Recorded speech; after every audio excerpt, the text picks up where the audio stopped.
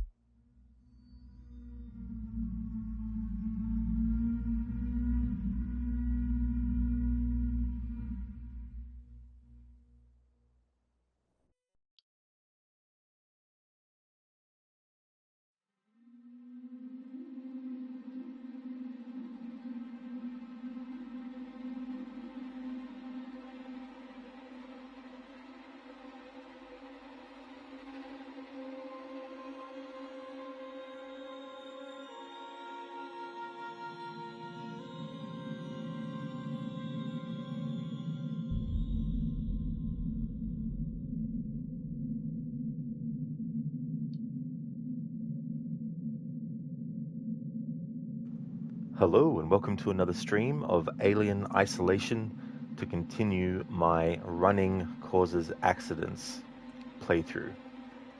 Hey there, Ryu. I hope things are going well today. You know, I was this close to being in an Alien vs Predator movie. Too bad they fucked it up. Thank you for redeeming that as an Arnie impression. Yeah, the desire to get Arnold to return as Dutch in one of the movies since the first movie, and there was that Predator Hunting Grounds game, which I never played, but I know that the character of Dutch is in it, or rather, at least as far as I know, you hear recordings that he made, journals of what happened after the events of the first movie, but I don't know if that would still be considered canon, because obviously sometimes there's a disconnect between what they add in the video games versus what gets added officially in the movies. You going well, Ryu? Excellent. That's good to hear, dude.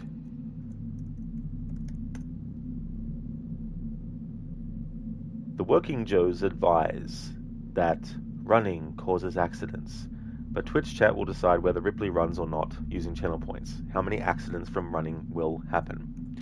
Well, so far, there has only been one accident through running. I don't have it active yet, but I will soon. But there is a channel point called Running Causes Accidents. And no matter when it gets redeemed, no matter what's happening in the game, whether there's an alien literally right in front of Ripley, when that channel point gets redeemed, we have to run. And we have to keep on running until we just get killed. So yeah. Sometimes, though, it might be redeemed at a point where running is, not 100% going to be lethal, but I don't know what the timing will be. But when there's sections where I know for sure that running will not get the attention of the alien, then it won't matter. I'll have it deactivated for those parts. I've played the game enough to know when those parts are, so that's when that will be active. Hey there, Sancho. You love all of the Alien Predator movies? That's cool, Sancho. Yeah, my favorite one out of the Predator movies is still the first one. And for the Alien movies, it's a tie for me between Alien and Aliens, mainly because they're so different from each other. It makes it hard for me to judge them. Like, if we're talking pure horror, then Alien is definitely the better pure horror movie out of the two. Because the first movie, while it does have action in it, as in you see characters using things like a flamethrower, for example, it doesn't have action in the same way that Aliens does. And so, as an action horror hybrid, Aliens is definitely great as well.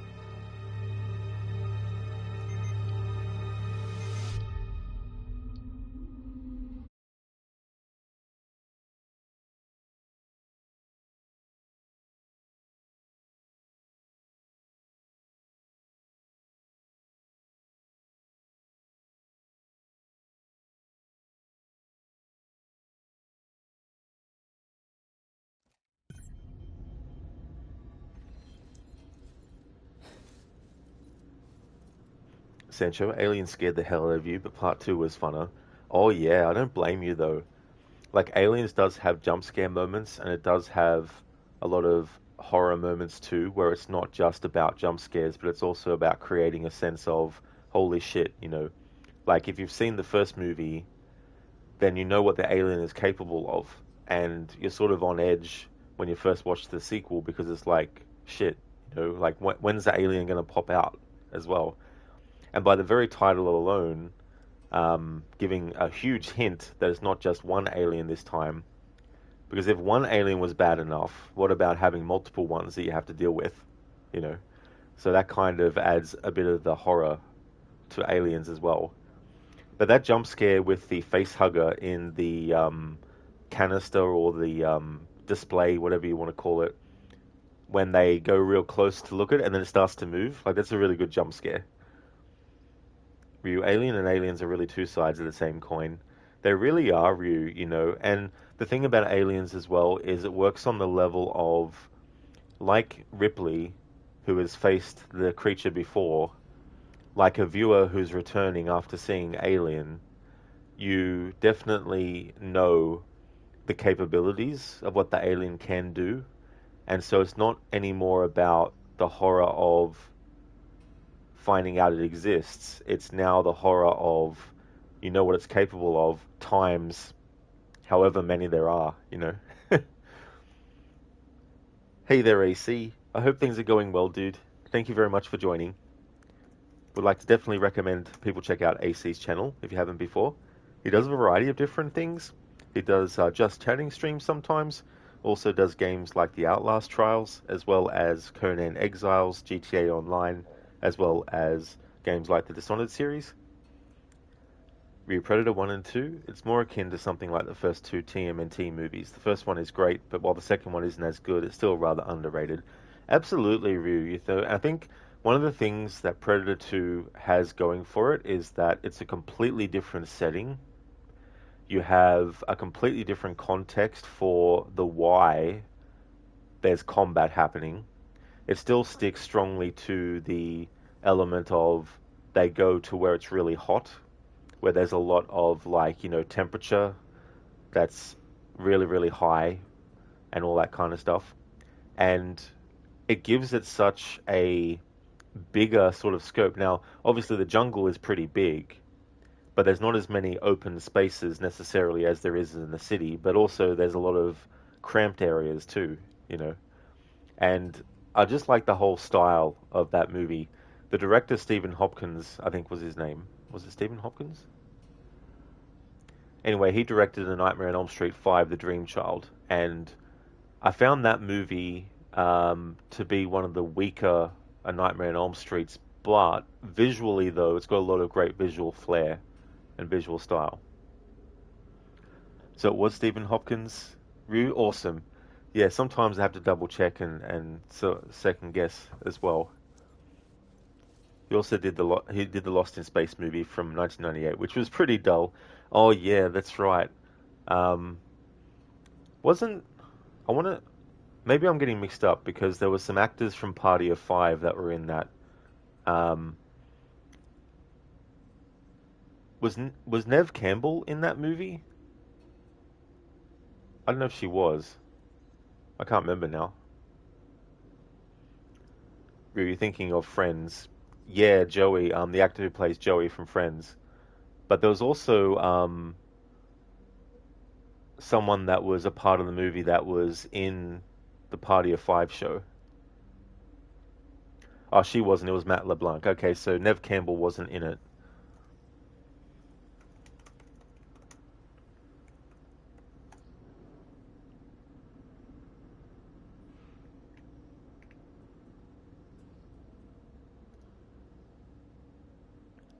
Ah, Lacey Chabert. That's who I might have been mixing it up with, because she was in that Party of Five show.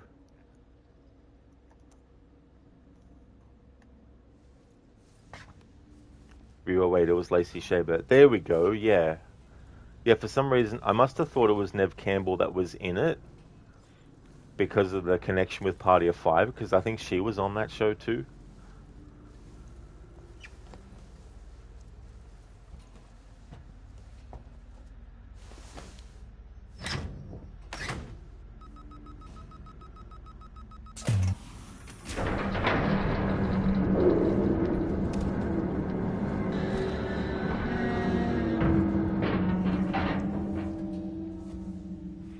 We were Party of Five, which also had Scott Wolf, who played Bimmy in Double Dragon.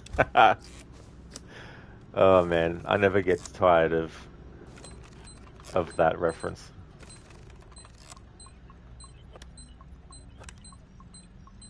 Bimmy?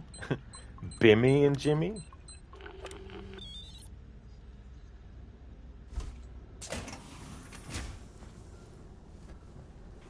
I wish I know Mike Matei does Twitch, but I wish James Rolfe would do Twitch as well.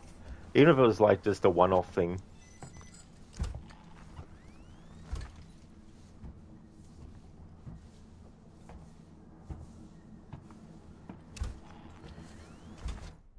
I sent you a clear directive not to land on station. I told you we didn't hear your message. We understood you would be... Hey, Identify yourself. Ripley, from the Torrens. Relax, kid. What the hell is going on here, Marshal?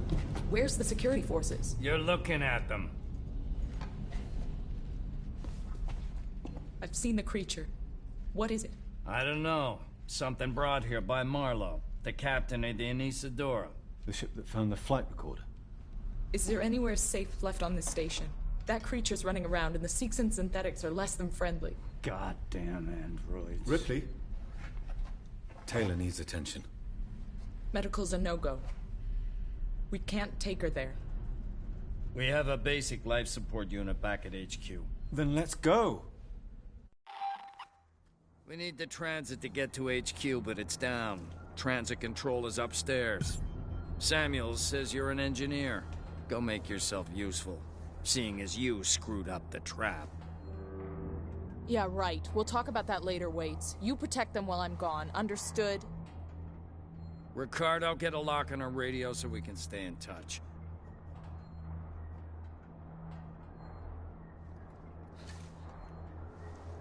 Are you all right, Ripley? Peachy. We really should hurry. Taylor... Don't worry, Samuels. We'll get her out of here. Alright, so I wasn't sure where the game would put me after yesterday's stream, and it put me before the cutscene that we just saw now. So that'll act as like a little bit of a recap or reminder, because that cutscene played at the end of my stream yesterday. To this day, you always feel Scott Wolf was the wrong choice for Billy, especially when sitting next to Mark Dacascos as Jimmy. If Brandon Lee was still alive, or if they did the Double Dragon movie a little earlier, I feel he would have been perfect as Billy. Absolutely, Ryu, you know, like, that's something that I think of sometimes, like, what roles would Brandon have gone on to do if he didn't unfortunately die when he did? What kind of movies were we robbed of, you know, that could have actually been really cool with him in them, you know?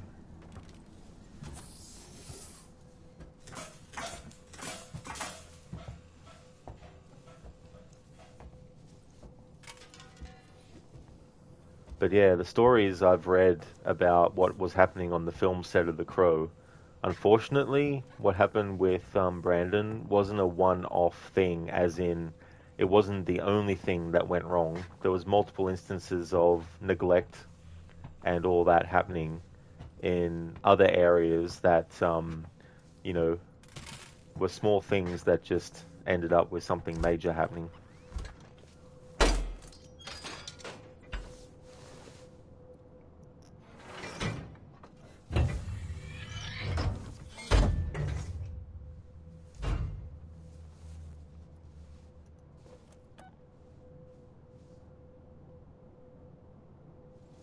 Brandon also could have done Street Fighter or Mortal Kombat. For Street Fighter, you can see him as Ken.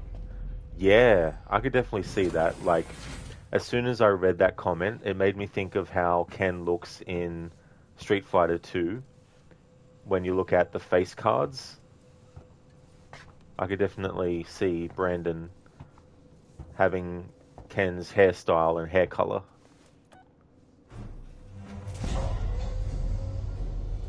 Mortal Kombat, he probably would have been Johnny Cage. Oh yeah, dude. That would have been really cool too.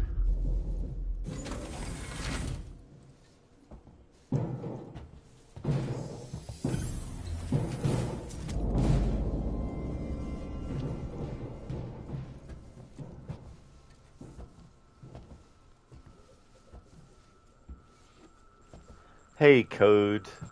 Welcome. Thank you so very much for the 260 stream streak. Thank you very, very much. How's things?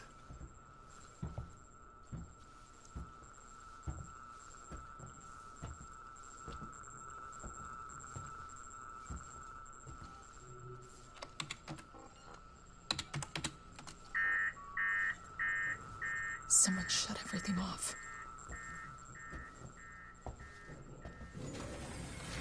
Hello? I know someone's in here.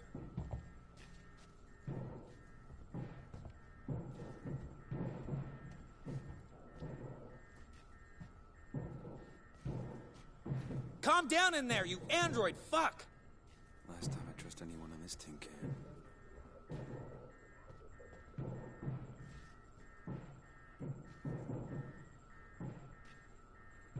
Can't believe those assholes threw me out. Someone here with me?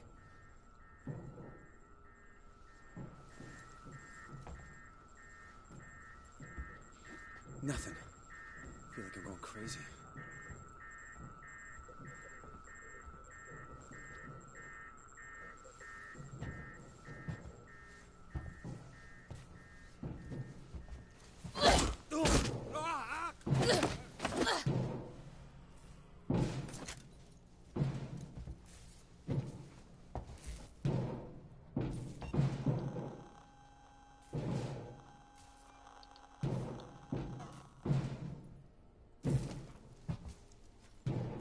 Granted, if he was cast as Cage, there's a chance he would have had a strong presence in the marketing, but they could also do a Big Trouble in Little China where he's the co-lead, but ultimately the hero is Robin Shou as Liu Kang. That's the other thing too, you know, other martial artists that were doing movies. What collaborations could have happened if Brandon was still alive? That would have been great. Code, waking with heavy cross-eyed mode activated. Ah, one of those mornings. Yeah, I definitely relate to that at times.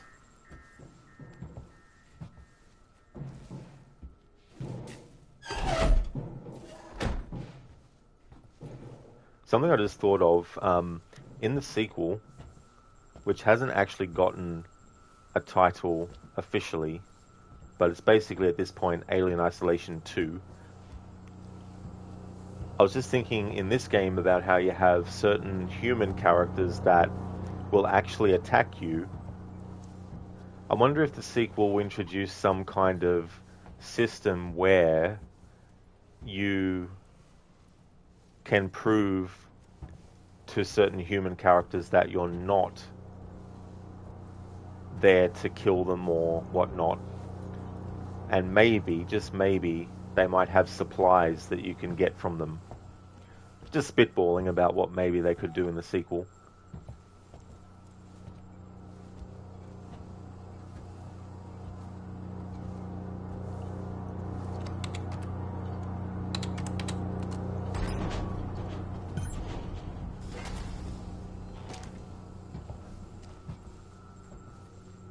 You shouldn't be here.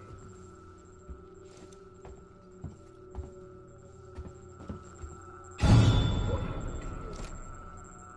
Follow me, please.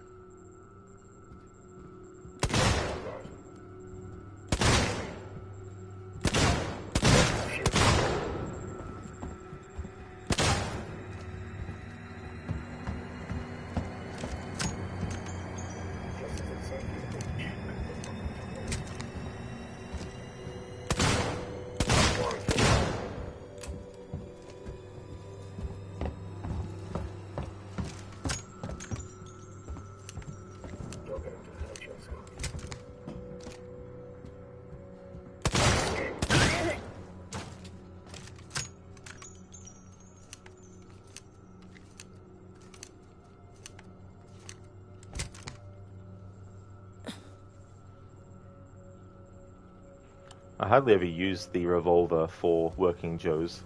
Usually I hoard so much ammo for the revolver that by the time I only have the revolver, I've probably already found some shotgun shells and usually use them for the working Joe. Speaking of which, you do feel Mark Dacascos also would have been great for Street Fighter and Mortal Kombat. If Mark was in Street Fighter, you can see him as Ryu. Mortal Kombat, Kung Lao, and he eventually played him in the Legacy series. That is true, yeah. And already seeing him in the role of Kung Lao, it'd be understandable to feel like he could have gone on to play that character even earlier, than that point. Hey Live Lil One Gaming. I don't know if you know this, but on Twitch there's tags for streams, and if you actually have a look, you'll see that it says no backseating. And also, I've already done a playthrough where I've actually collected all the ID tags. So this playthrough isn't a get all collectibles run.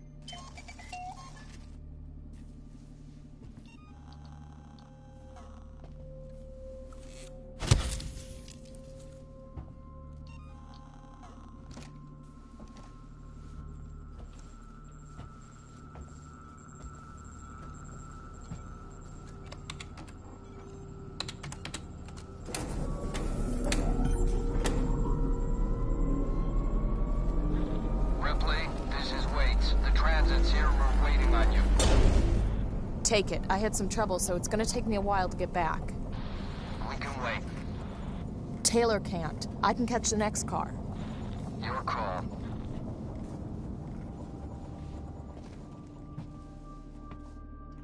But yeah, you would agree that the Big Trouble in Little China approach can work very well for Mortal Kombat with Johnny Cage as the point of view and Liu Kang as the ultimate hero, right? Oh, absolutely. Definitely a big homage to Big Trouble in Little China, considering it was one of the things that influenced Mortal Kombat in the first place, so yeah.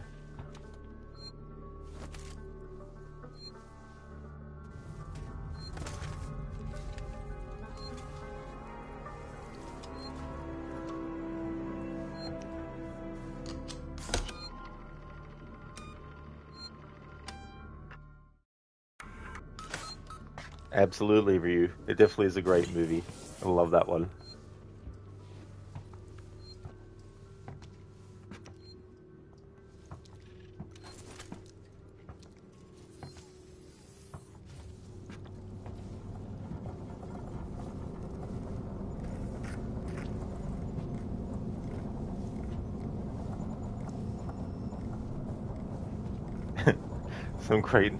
Some great lines in Big Trouble in Little China.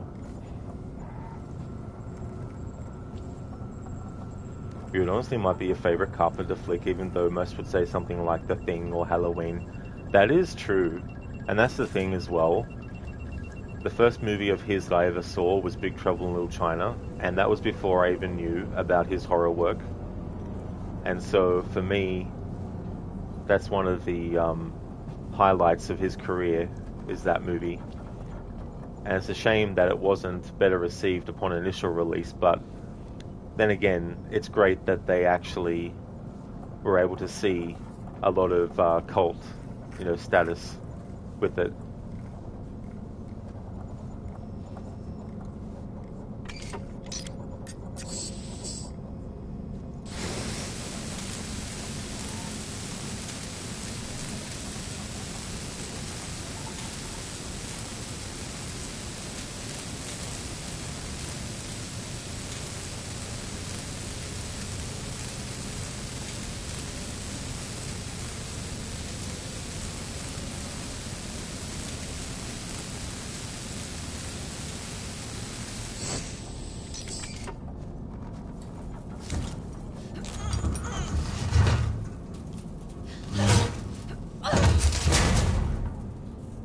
It's probably his most action-oriented flick, along with Escape from LA and even Ghosts of Mars. That is true, Ghosts of Mars.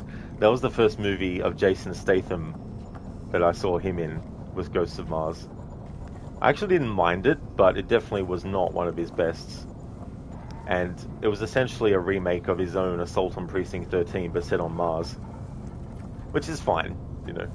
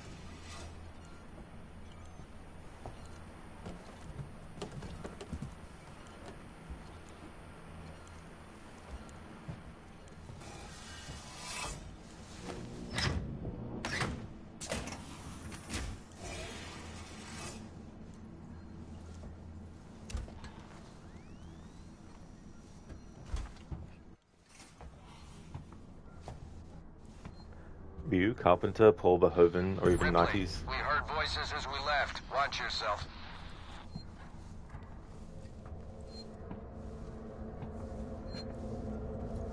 Or even 90s Paul W.S. Anderson would have been perfect for a proper Doom movie. That is true.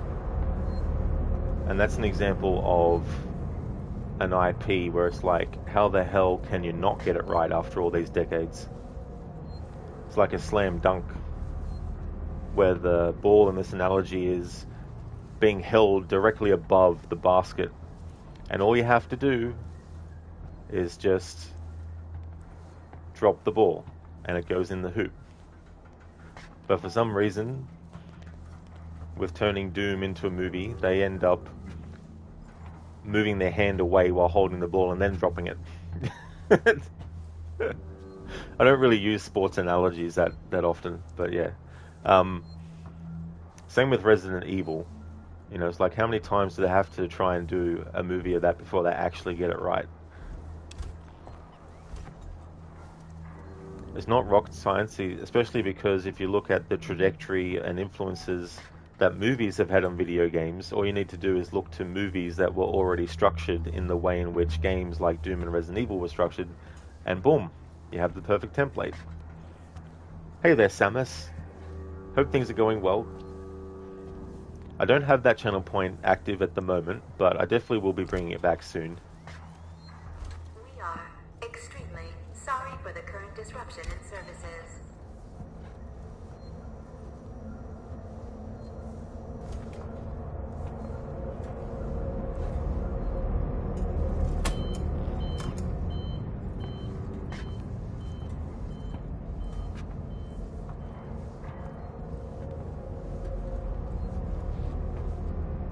Samus, so it's a casual playthrough, only when the channel point redeem is not active and no one redeems it. Today's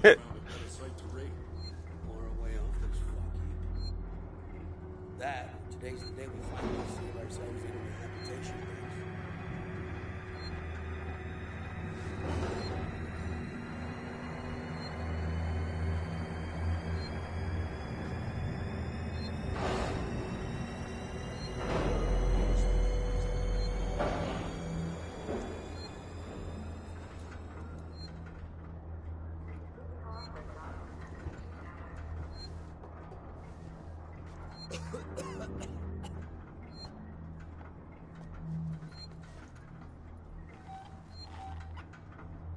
Let's go find Sinclair. No way we should be splitting up. Safety in numbers. Not even sure of that anymore. How you holding up? That thing is You okay? unstoppable. Give me one clear shot. I'll stop the fucker. Hello there, Lucinda. Good morning to you too. Alien Isolation is going well. Probably do a 3-hour stream of it. Samus, how often is it active? So there will be moments where there's no point in having it because running won't result in anything negative happening. So I want to make sure that I'm choosing the optimal points in the game for for someone to redeem it within the window of.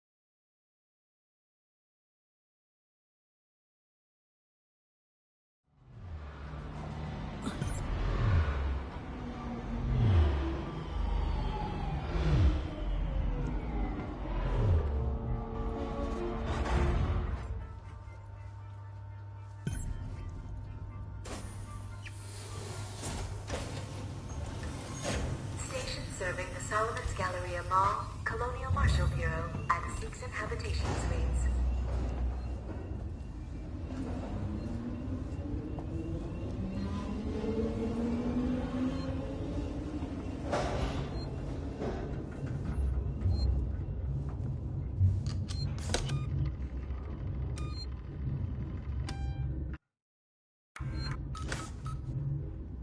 Alrighty then.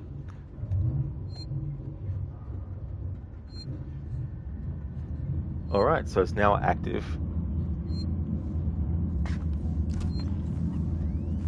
Ripley, we're in the Marshal Bureau. Just turn right at the top of the stairs. You can't miss it. No welcome committee? Just get up here. Wait's out. Actually, hang on. I forgot where I'm up to.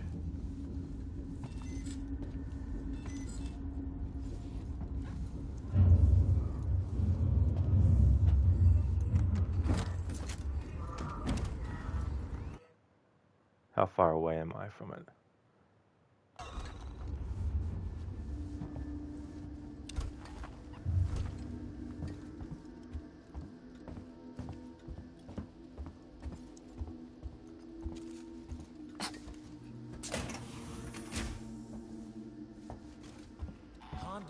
Calm down. We're safe now. Waits has a plan. A plan? Really? His fucking plans haven't done us much good so far. Alright, so I've deactivated it again because this next part's a flashback sequence and you can't run. And there's no repercussions anyway for running. There's no creatures or anything.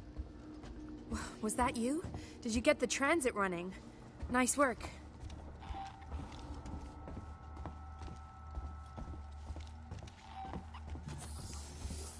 How's Taylor? Stable. Should be walking soon enough. Samuels is with her now. Okay. You managed to get transit up and running, so I guess we're even. Where's Ricardo? Prepping our next move. Look, I'm busy. I've got Marlowe in the cells, the lowlife who showed up with your flight recorder. Where's Marlowe's ship? The Anisadora. He put it in a parking orbit around the gas giant. Son of a bitch won't give us the command codes to let us bring it in on auto.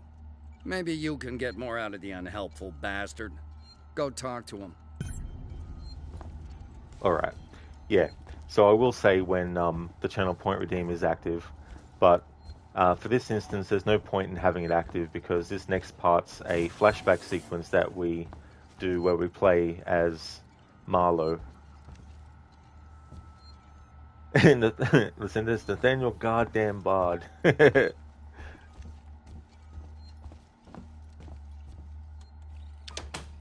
Marlowe? Who wants to know? My name's Ripley. I'm with the company. Here for your empty box already? You guys are keen, I'll give you that. I'm here for personal reasons. My mother was on the Nostromo when it went missing 15 years ago. You serious? Shit. Well. Shit. We never found her ship, Ripley. Just the recorder. But you sure as hell found something else. What happened out there? I need a way out of here, Ripley. Maybe we can make a deal. Just start talking. I want to know everything. I really like this flashback because it adds further to the logical reasoning for why the alien's even on the station in the first place. moving it away from just coincidence that two Ripleys would have to deal with the same creature. Com check. You get me, Lewis? A little fuzzy, Marlowe, but you're coming through. Let's take it slow. I want to get to that beacon in one piece. If you're looking for a piece, Foster, I've got something for you right here. I'd need scanning equipment to find it, Heist. Okay, enough already. Focus on what we're here for. I don't want any mistakes.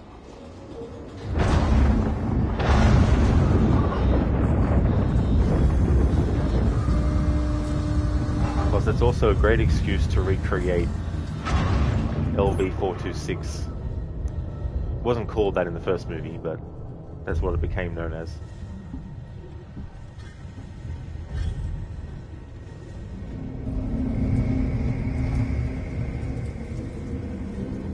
There you are. Foster, Meeks, keep your eyes open.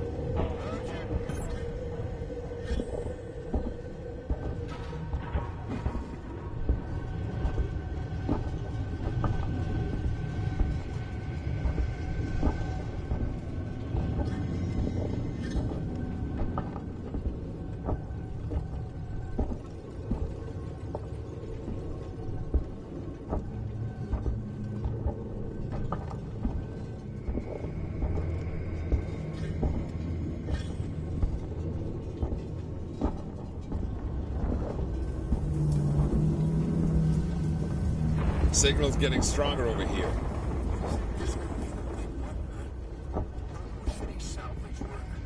Your guess is as good as mine. Besides, I thought you lived for this stuff. I just worry about what's right in front of me.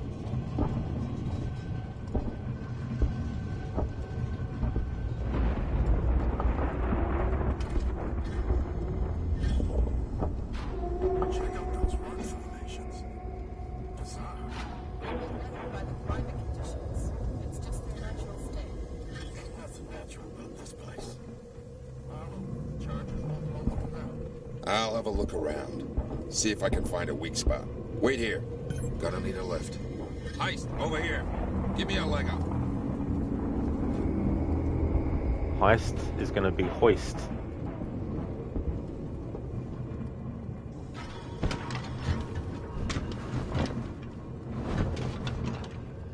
I found a path. Checking it out. If you don't come back, Then you wait some more.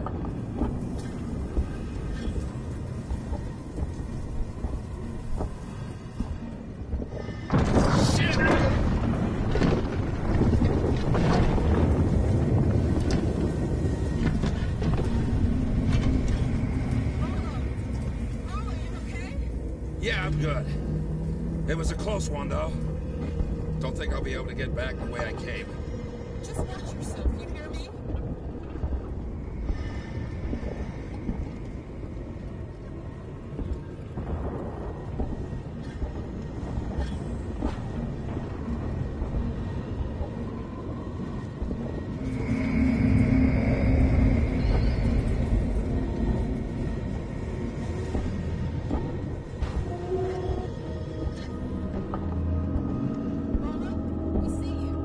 Stay put.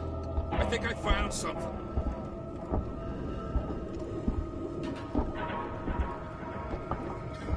There's a fissure in the rock. Stand back. I'm gonna blow it. Lucinda, yeah, the walking simulator chapter. That is true.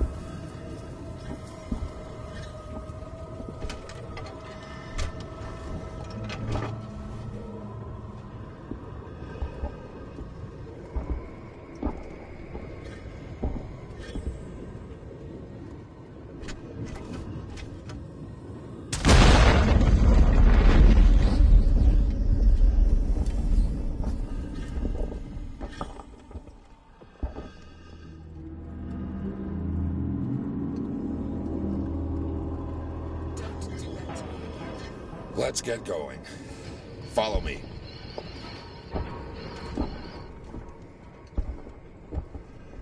Heist, over here. Give me a leg up.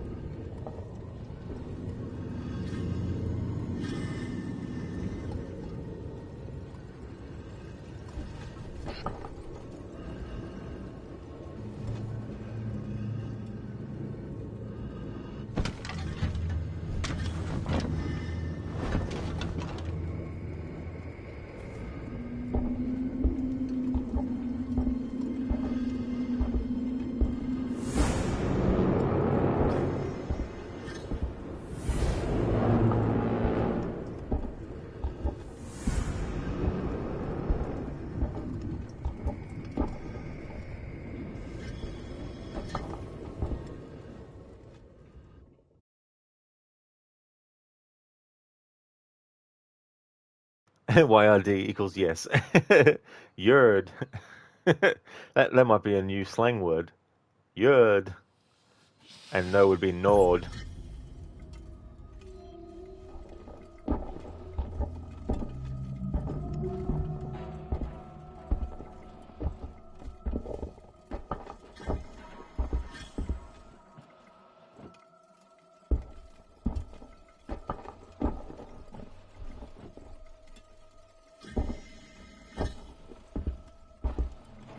Ryu, Yerd sounds a bit like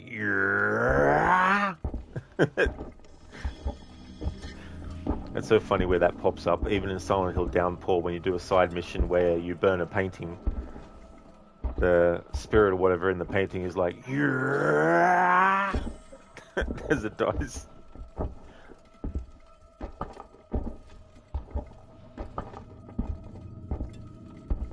Listen, when you got your new PC, you got a new wireless mouse and keyboard, and you're still not used to it. Oh, that's fair too.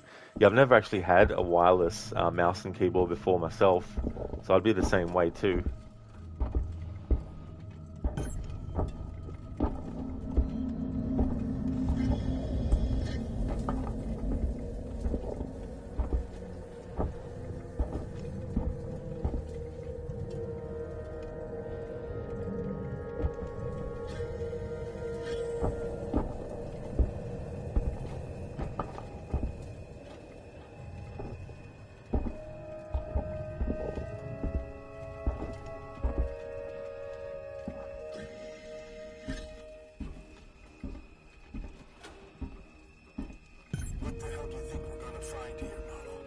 Something big.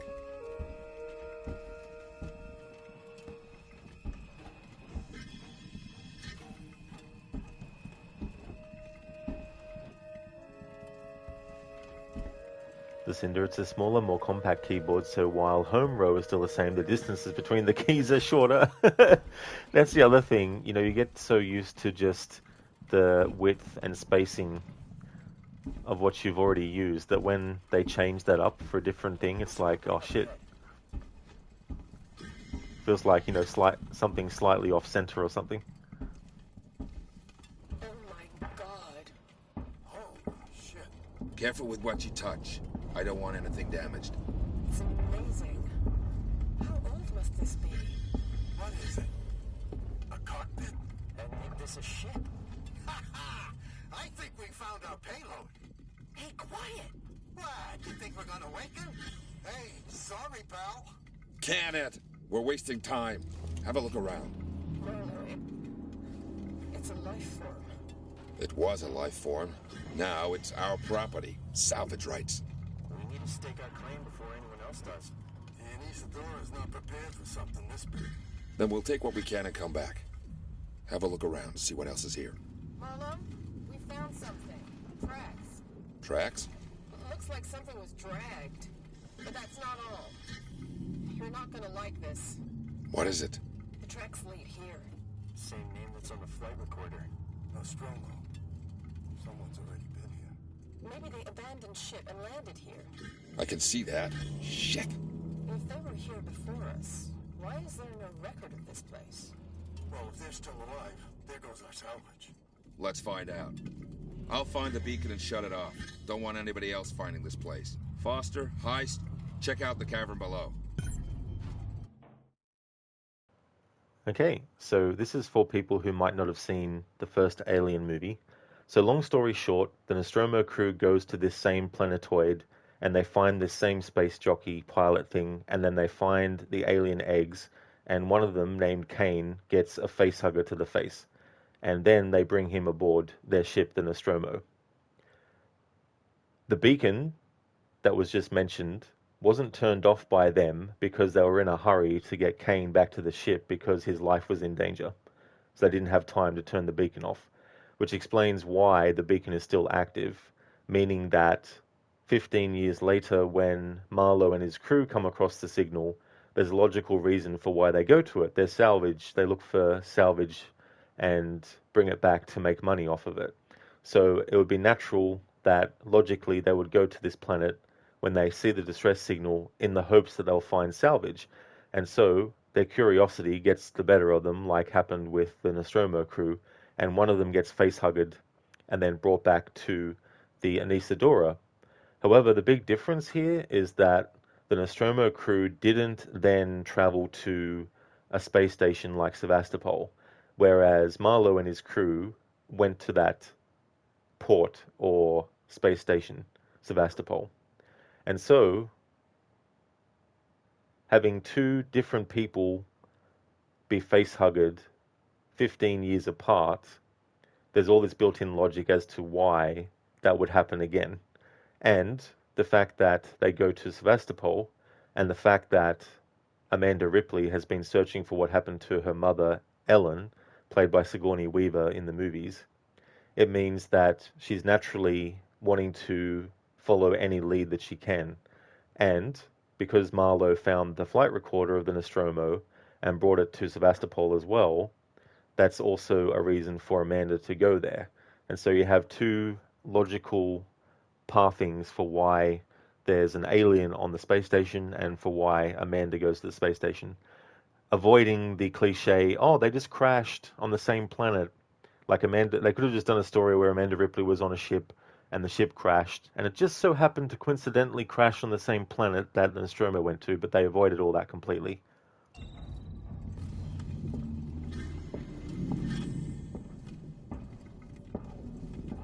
What is this?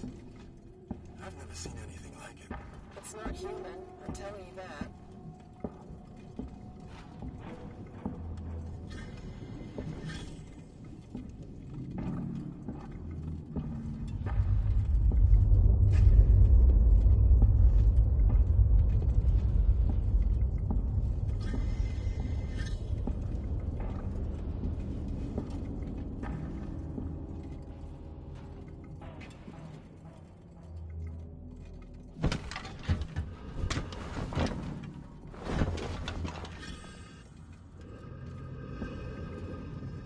Lucinda, okay, we're as close to bedtime for you. Hope you have a great rest of your stream. That is awesome, Lucinda. Thank you for being here. Muchly appreciated. I hope that you have a good sleep. Would definitely like to recommend people check out Lucinda's channel. Doing a playthrough for the first time of Watch Dogs. Is also a big fan of horror series like Resident Evil as well as The Last of Us. Also enjoys stealth games like the Dishonored series. Also has some really cool raccoon themed emotes as well. Both animated ones and static ones. Some really cool ones that she has, and a great streamer, so definitely recommend. That's all good, Lucinda, for the shout out. Hope you get some good sleep. Catch you in the next stream when we are dealing with the 1911 Wild West era. Hope you have a good one. Sancho, thanks for the lore rod. Wasn't sure about the story. Oh, no worries, Sancho. Yeah. I mean, there's obviously a lot of extra details, but when relaying information to people who aren't familiar with something, I think it's better to only do the basics, because it's very easy to get passionate and excited about telling someone something about something that you enjoy or that you're knowledgeable about, but it's better to not be too complex. Listen to, yep, see you tomorrow, AM for you, absolutely. Those time zones in different parts of the world.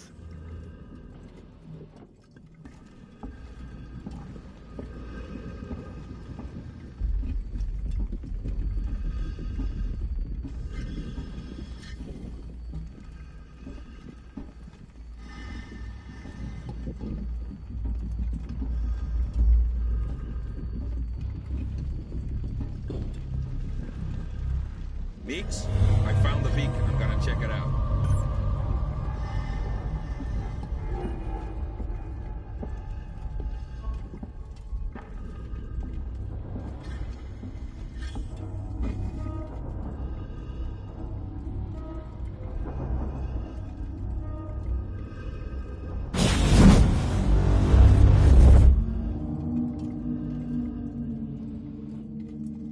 Don't know what happened, but the beacon stopped broadcasting. Marley, you have got to see this. It's amazing. On my way.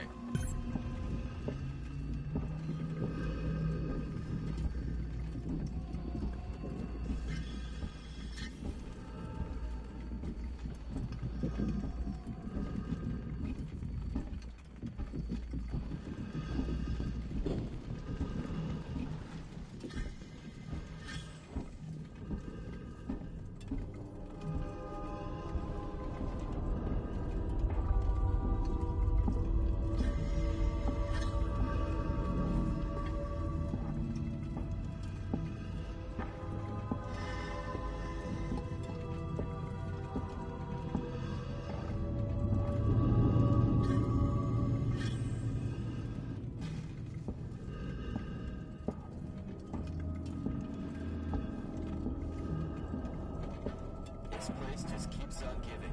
Here, strap yourself in. Oh yes, this place is a giving place, that's for sure. But what's going to be given soon is something that you would not want to be given.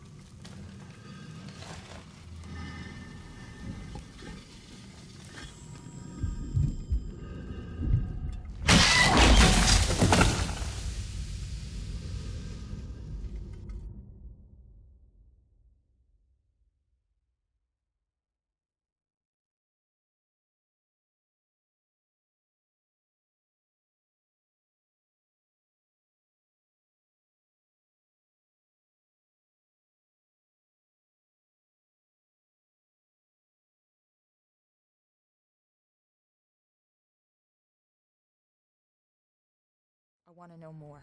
Everything. Where's your ship? If we can break the comms lockdown, what are the codes to bring it in on auto? If you want more, then you need to get me out of here. Not happening, Marlowe. Is that right? Well, you know where I am.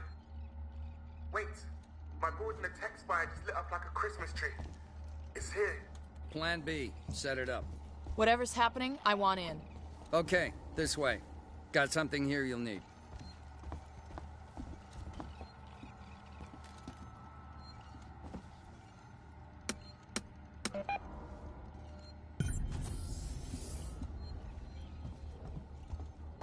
Let's hope this thing works. It's an animal. Animals are afraid of fire. I hope you're right. I've got a plan to trap it. Take a transit car and meet Ricardo in the city.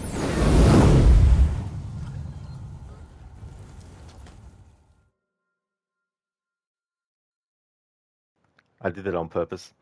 I accidentally did it one time though. I accidentally pulled the trigger on that and then that happened and I was like, what? I didn't realize you could do that. Sancho? Oh, it looks gross. Touch it. Yeah, that's the thing too, as well. It's like you have all these alien-looking eggs around. Of course, the best thing to do is to put your head right over the top of it. Hey there, Dex. Thank you very, very much for the raid. I really appreciate that. How is Assassin's Creed Chronicles China? I hope that the playthrough's going well. I'm streaming. Shocker. Dun dun dun. Or am I? Or is this a simulation that we're all just a part of right now? I hope you and Alien Isolation are doing great. We are, yeah. We just did the flashback sequence that explains how the alien got on board the Sevastopol station. And it was a good opportunity for them to recreate the location of the planet from Alien. So that was really cool. I like that part. It's fun, it's hard, or you suck. It's to be seen. Yeah, I mean, that game can be very, very tricky as well. Especially with the timing for guards and when they're going to turn around versus not and all that kind of stuff. So, but I'm glad that you're having fun with it though, in spite of how hard it's been. It's definitely my favorite of the trilogy. So it'll be interesting to see, as you play the other ones, how you feel about those too. Welcome on in, everyone. I hope that everyone's having a good one. For those who didn't come in with the raid, definitely recommend checking out Dex's channel. He's doing a first-time playthrough of Assassin's Creed Chronicles China. He's also a fan of a lot of other games in the series as well. Also plays games like Dead by Daylight.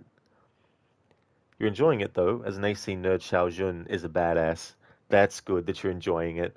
And I agree too, like such a great character. Unfortunately, the new content they usually do with her now is non-canon stuff in stories like books and comics and things, which I think is a big downgrade for a character, you know.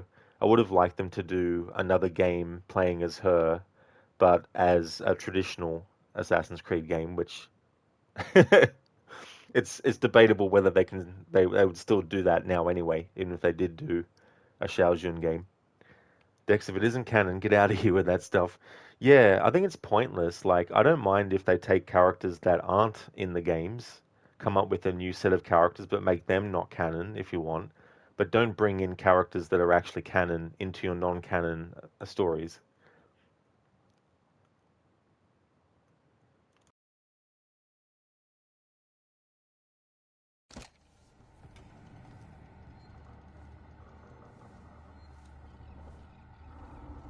I want to know more. Everything. Where's your ship? If we can break the comms lockdown, what are the codes to bring it in on auto? If you want more, then you need to get me out of here. Not happening, Marlowe. Is that right? Well, you know where I am. Wait. My board in the tech spire just lit up like a Christmas tree. It's here. Plan B. Set it up. Whatever's happening, I want in. Okay, this way. Got something here you'll need.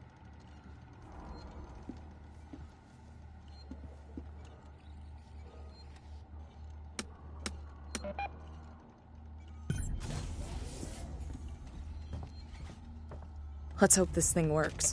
It's an animal. Animals are afraid of fire. I hope you're right.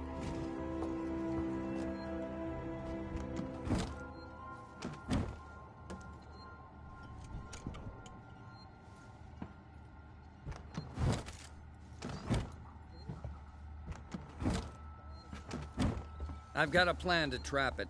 Take a transit car and meet Ricardo in the Systech Spire. I'll coordinate from here.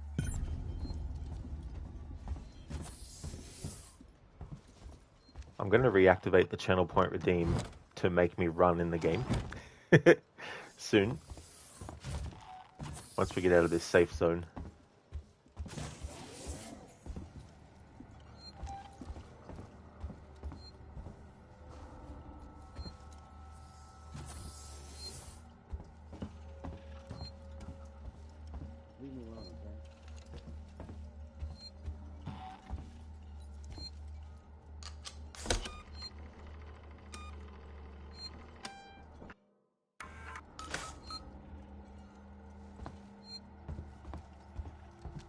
Stay awake, jackass. If we're gonna get through this, I need you alive.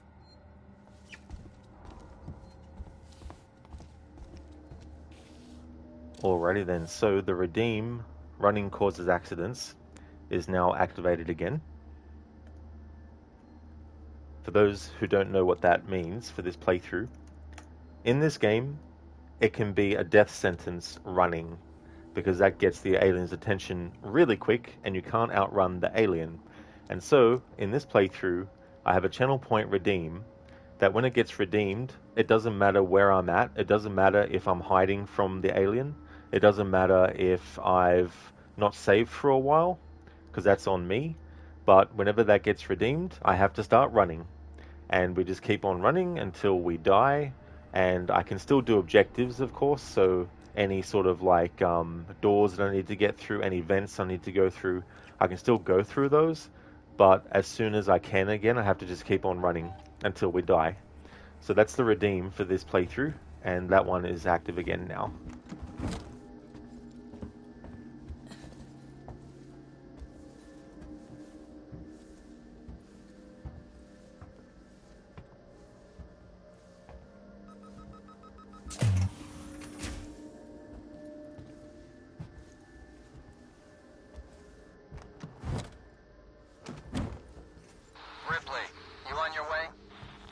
Yeah. Ricardo's moving in ahead of you. I've sent your guy Samuels to android processing. Once this thing's dead, I'm gonna get him to access Apollo and lift the lockdown. Samuel's okay doing that? Guy said he wanted to help and I have my hands full here. Besides, he's a synthetic. Should be easier for him to get in there. I guess. Look, Ripley, we're the only people standing between Sevastopol and outright disaster. Outright disaster has already happened, Waits. All we can do now is kill that fucker. Sancho, you would not redeem that because it would hurt your heart to run. That's fair, Sancho, you know. By the same token, I don't want anyone to feel bad for redeeming it, because if I didn't want that to be something that people can redeem, I wouldn't have even worried about making it one.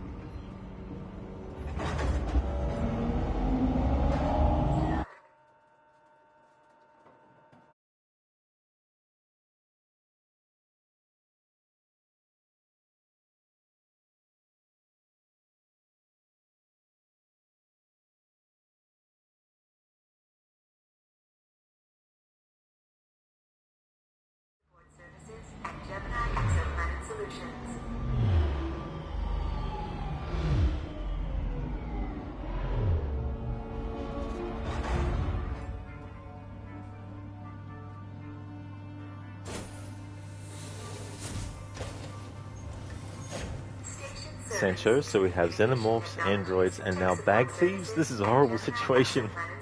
I mean, the bag thieves, they're probably even more dangerous. Could you imagine, though? I mean, there are characters in this game who are out for themselves and would definitely like to steal things from other people, but thankfully they can't steal from you or anything like that. But imagine if you could, or if they could, rather. There was a recent teaser trailer for Alien Isolation 2 that was released, which got me in the mood to do another playthrough of this game. It's very, very short, but I'm hoping that it's the catalyst for a longer trailer to come out soon, because it was announced in 2024, 10 years after the first game came out, but they could have been working on it before that point too, so they could have even been working on it in 2022, for example. But yeah, that's a teaser that they released recently.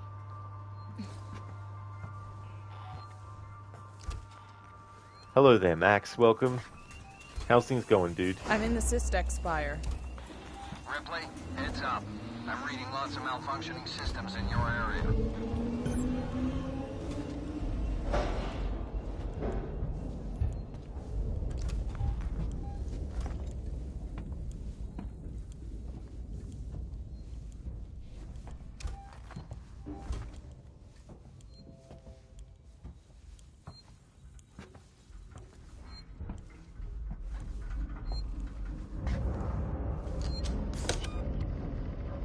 All good there, Max. Excellent.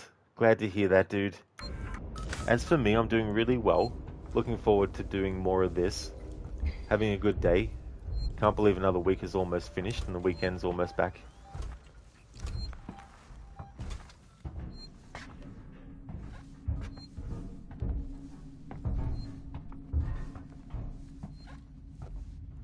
Also, when someone redeems the running, I can't use the flamethrower to defend myself against the alien.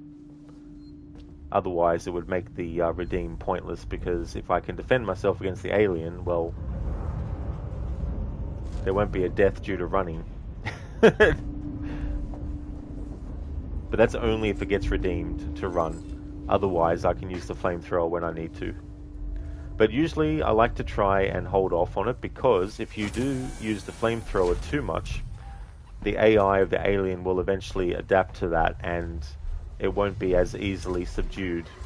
In fact, it will actually take more flame from the flamethrower to do damage the more often you use it against it.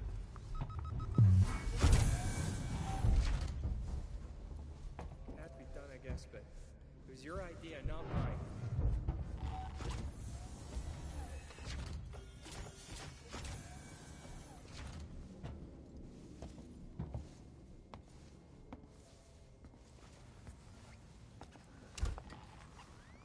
We've got to sleep soon. The creature's here. Can't hack much more of the... You heard the lady. Let's go.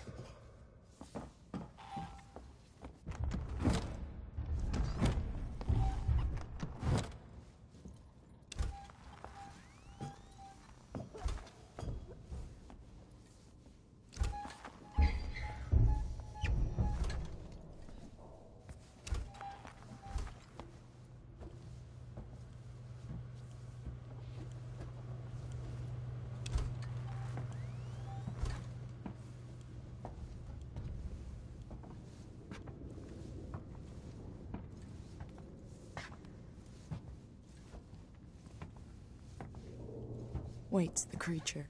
How are we gonna seal it in? The Spire was built to process high-value compounds dredged up from the gas giant. Piracy precautions are still in place. The tower can be shut off, vents, doors, everything. So, you build a cage around the creature, then Ricardo locks it down. Simple. No complications could ever arise from that whatsoever at all. Or make it way more difficult.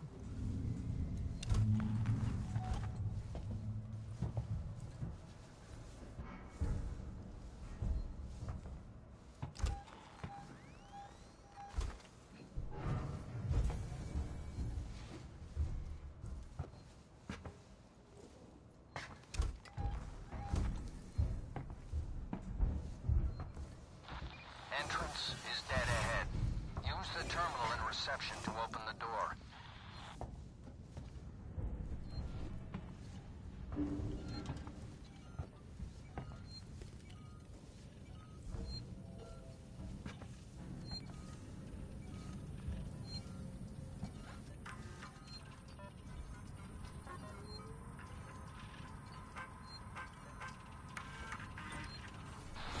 Ricardo's finalizing the lockdown. You need to close the security doors all around the stairwell. Then the supply storage, maintenance access, and server hub reception. Report in as you go.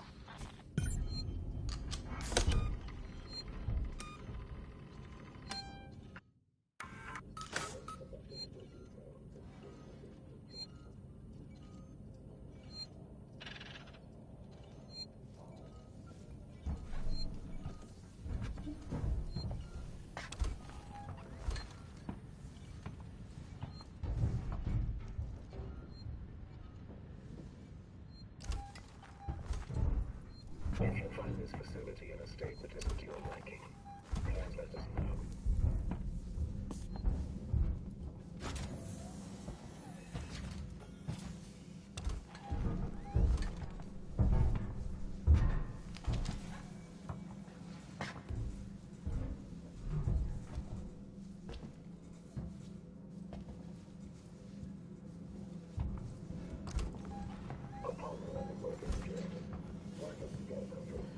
Better connected, Samantha.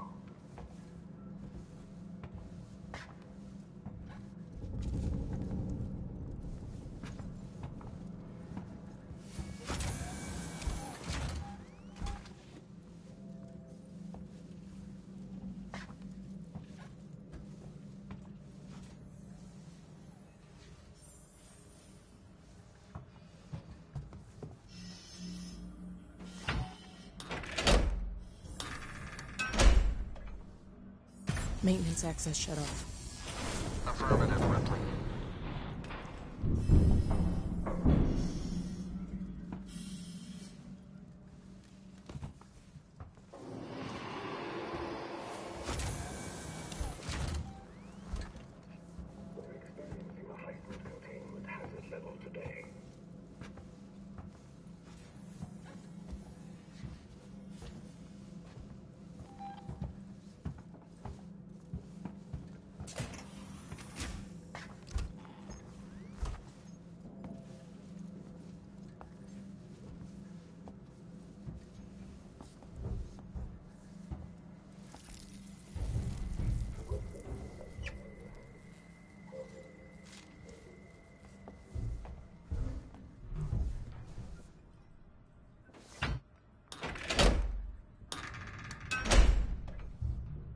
Supply storage locked down.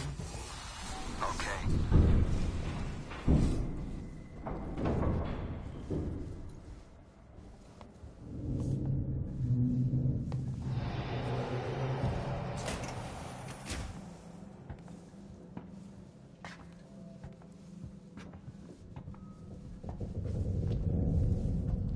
Thank you, Dex, for redeeming the running causes accidents. Here we go.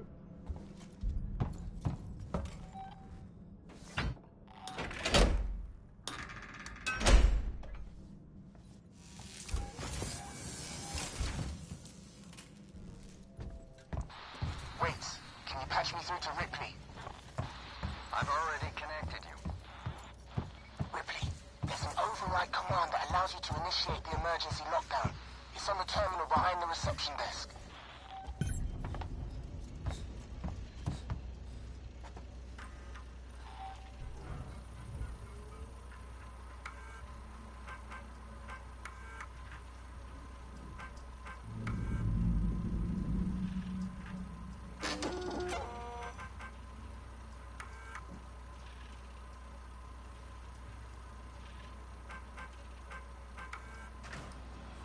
Ricardo, server reception is closed off. Good job. Come through to the server phone, quietly. Sorry, Ricardo, I gotta run. I can't come through quietly.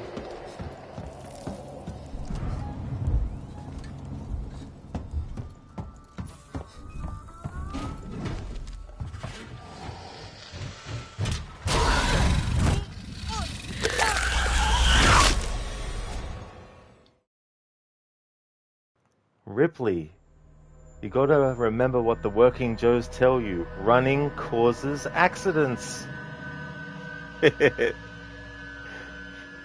Dex, there have been redacted days since the last workplace accident. And that has now changed. Oh God. But yep, that's the redeem. That's what I need to do. Just keep on running until we die. Any objectives, I can still do them, but I have to keep on running. Thanks for redeeming that, Dex.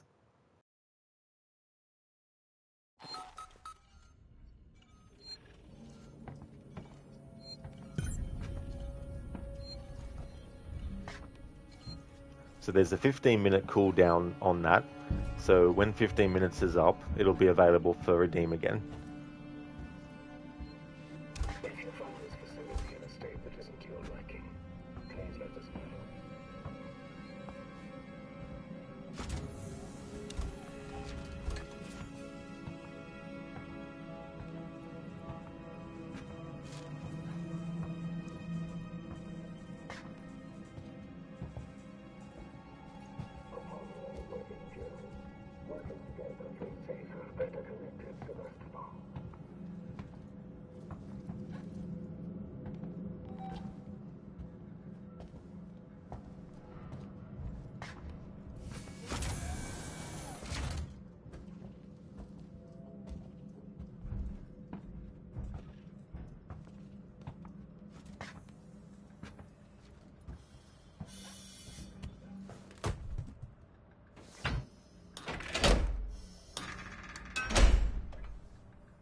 Maintenance access shut off. Affirmative, Ripley.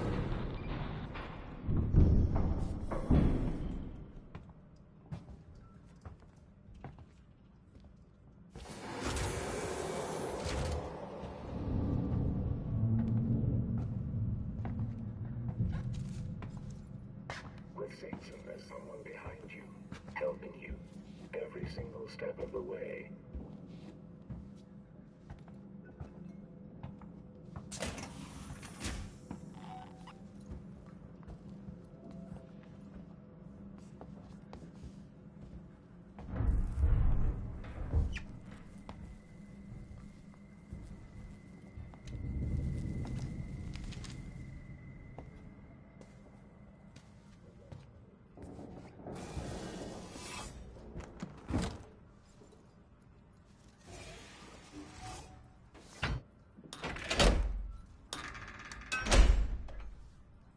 Supply storage locked down. Okay.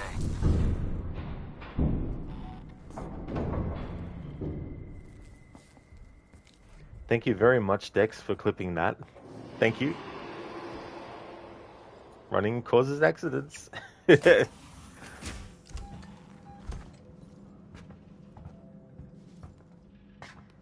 those who haven't played this game before, these androids will sometimes actually say that, so it's based on their dialogue. If you find this facility in a state that isn't to your liking, please let us know.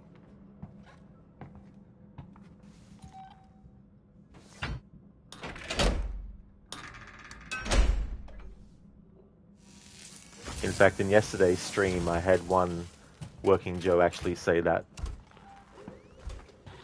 Wait, can you patch me through to Ripley?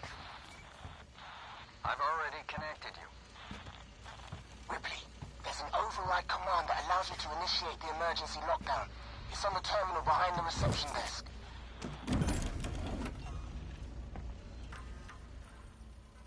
Dex, I mean, they're not wrong. That is very true. Not wrong there.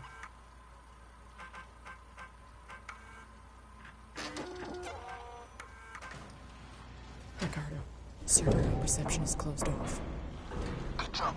Come through to the server farm, quietly.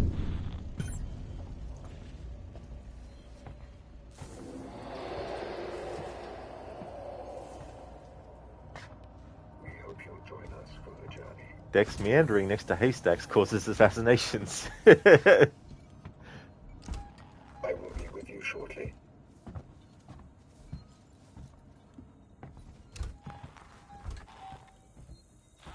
I've set up an emergency shutdown at the terminal inside the server farm. You need to trigger it from there, then get out. I'll keep your exit open till you're through, then shut the trap.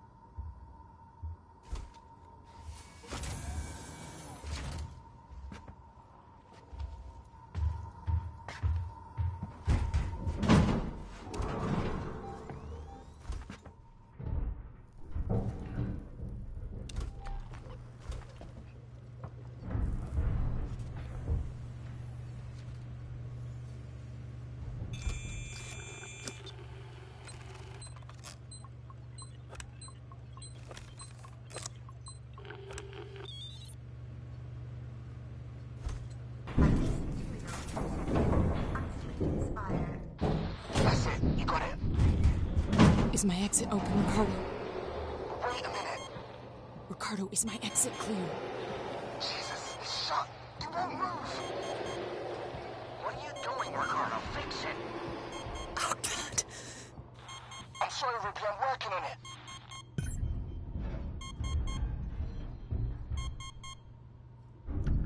Dex, would you say playing this game gives you the same anxiety and dread as the movies did? They definitely emulate that really well.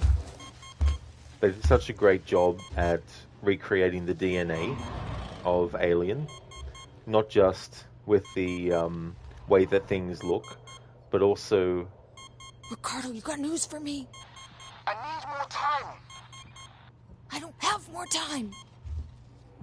Also the tricks that the Alien movies use as well, using the environment and how it looks to make the audience wonder, is the alien actually there? Okay, I got it. Get out, Ripley, now! And different sounds that the alien makes that could also be considered sounds of other things, but it could be, but it might not be. And this game does that really well too. In the dark, in the distance, you might think you're seeing an alien, but you're just seeing a series of tubes, you know. You might think you're seeing water dripping down from an air vent, but you're actually seeing saliva from the alien. Or maybe it is water.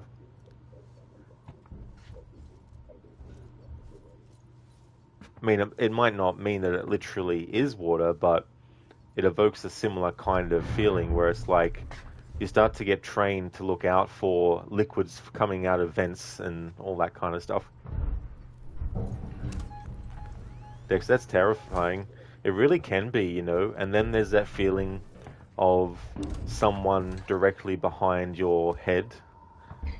Like when someone, you know, is playfully sneaking up on you and you can sense that someone's right there, even though they may not be actually touching you, but it's that sensation. And so the game does that too, where you think to yourself, now, is the alien actually getting closer to you, you know?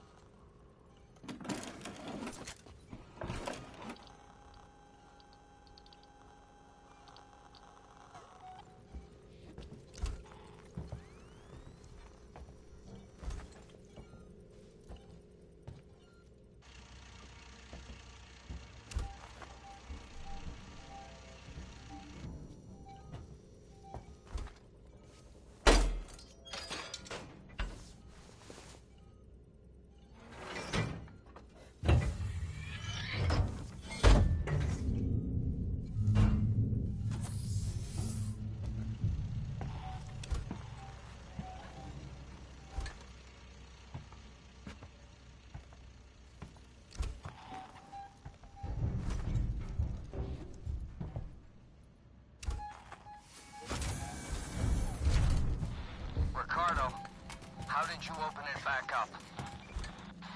I had to suppress the alert. It was the only way to get Ripley out. You let it out? We had it locked down, and you let it out? Ripley, it's still on your tail. Where should I go? Take the elevator to Gemini Labs. If it follows, we can still trap it there. Ripley, Ricardo, we can't let it escape again, no matter what.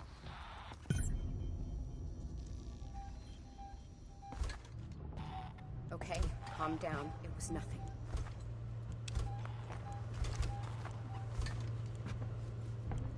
Just back off, now. I'm not going to give you another chance.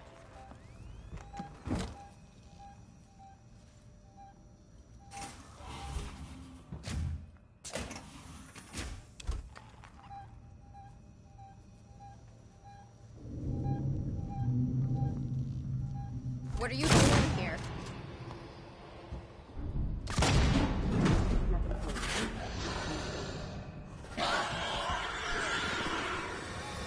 Jesus! They took the bait.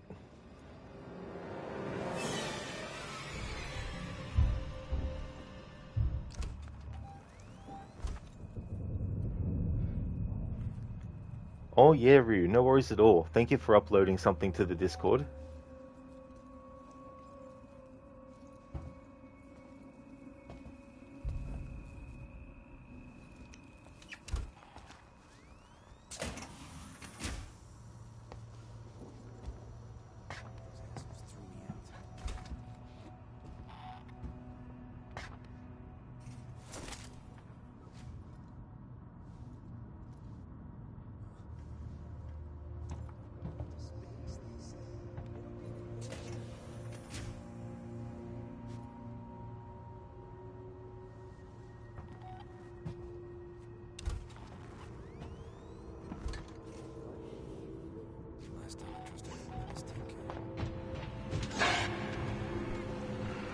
What an idiot that guy is.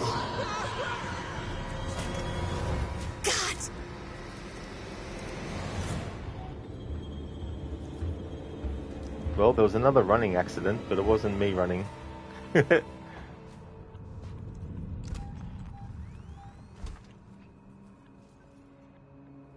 must be someone else doing a playthrough playing as that character where they had to run.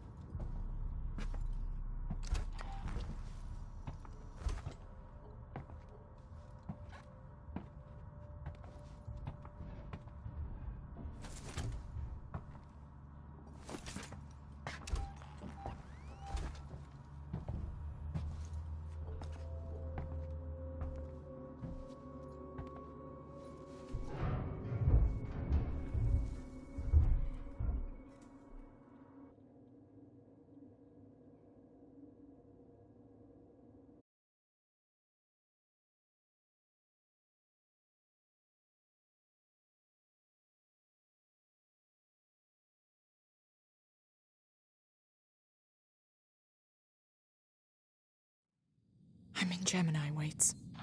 We need that whole facility powered up. There's a freight elevator you'll need to take, but ever since Seegson pulled funding from Gemini, it's been out of action.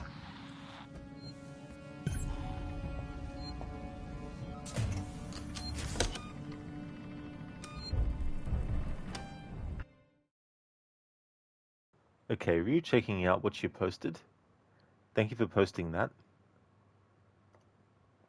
Mortal Kombat 2, but in the style of a what-if alternate 90s version based on what we were talking about earlier on stream.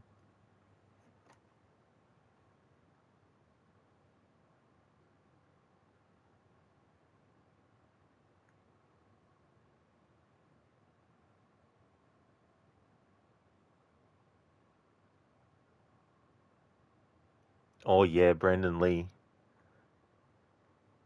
as Johnny Cage. Yeah, that would have been cool to see if he had lived. And having Cameron Diaz, the original actor who was cast as Sonya in the first movie. Jennifer Connelly as Katana. Mark Dacascos as Kung Lao.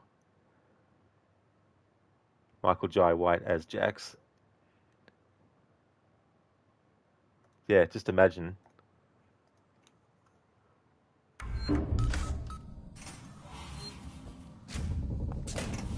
It's gotta be a bad dream.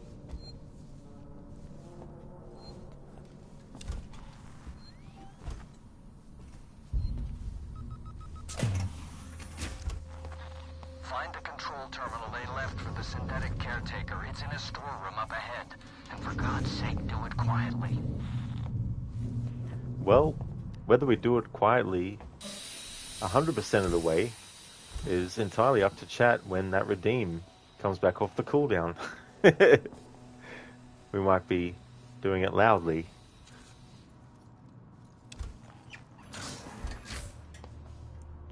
Yep, it kind of would have been a powerhouse lineup when you think about it. It really would have, you know, it's interesting thinking about what if scenarios.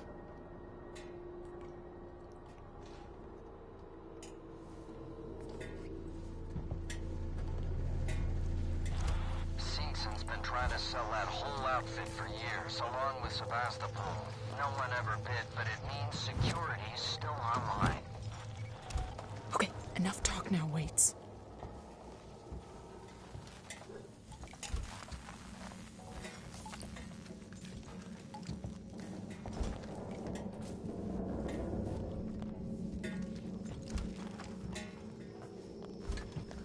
Granted, you love the cast of the 1995 movie as it was, but like you said, it's interesting to come up with what could have been. That is true, you know, it's definitely understandable.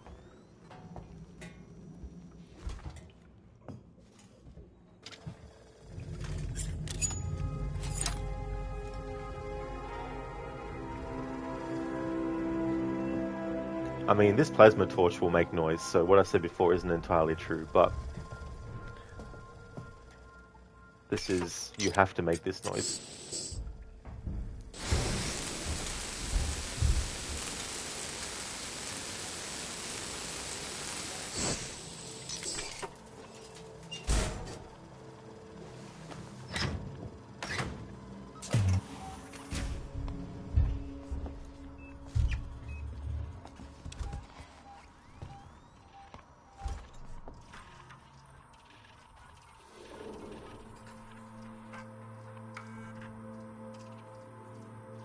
This facility is off limits to visitors, unless they are part of a Sebastopol sales tour. Check request in Sector C12. Received and confirmed. A service caretaker is on its way. Don't run.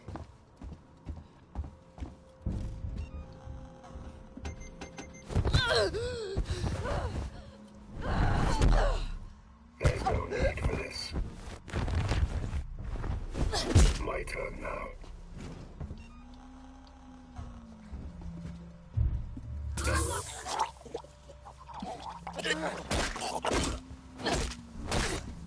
To seek more chance to dream. Asshole.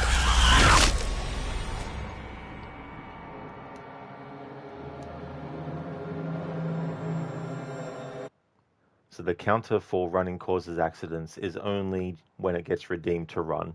It's not a death count for all deaths.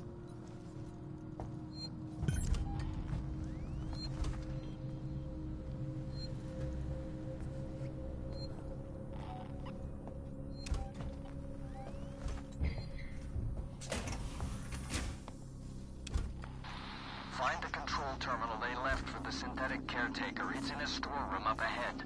And for God's sake, do it quietly.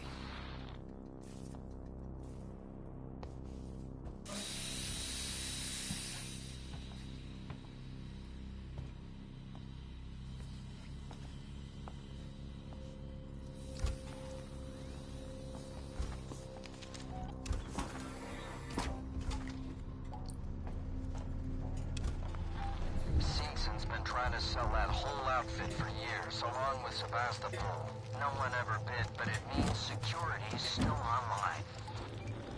Okay, enough talk now, Waits.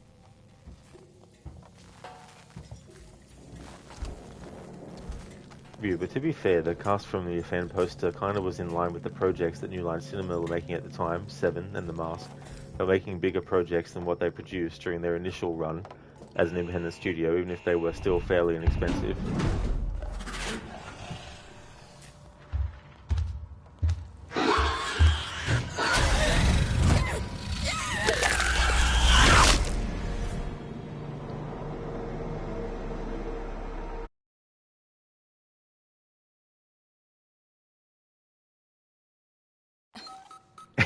Ryu, fuck that alien, yeah.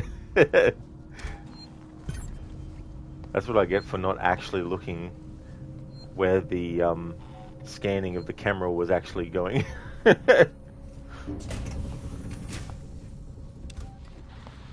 the control terminal they left for the synthetic caretaker. It's in a storeroom up ahead. And for God's sake, do it quietly. It's always interesting when you look at companies, like, you know, like studios and stuff, in certain eras of their existence, you know, what kinds of projects they were greenlighting and all that kind of stuff. And they really had their pulse on a lot of 90s things too. Season's been trying to sell that whole outfit for years, along with Sebastopol. No one ever bid, but it means security's still online. Okay, enough talk now, Waits. I mean, I'd probably say their last big, greatest decision was backing the Lord of the Rings movies.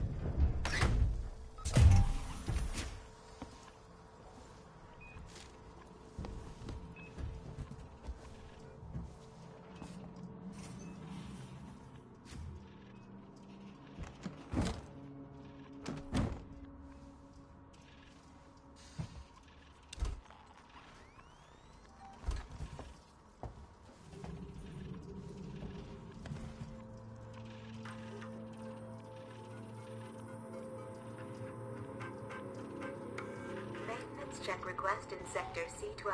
Received and confirmed. A service caretaker is on its way.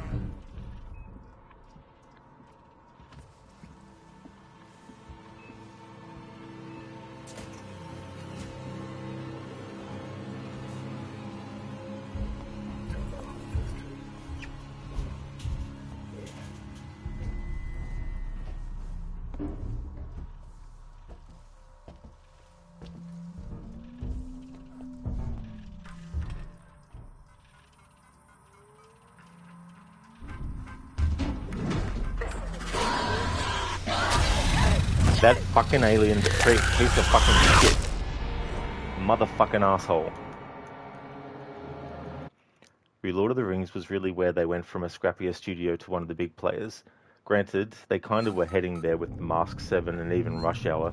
That is true, yeah, you know, and they ended up being big movies and stuff.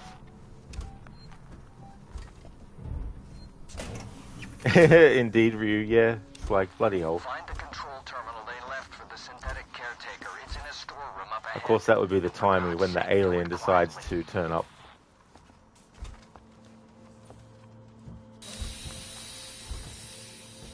Code, too many acidic French kisses. That is very true.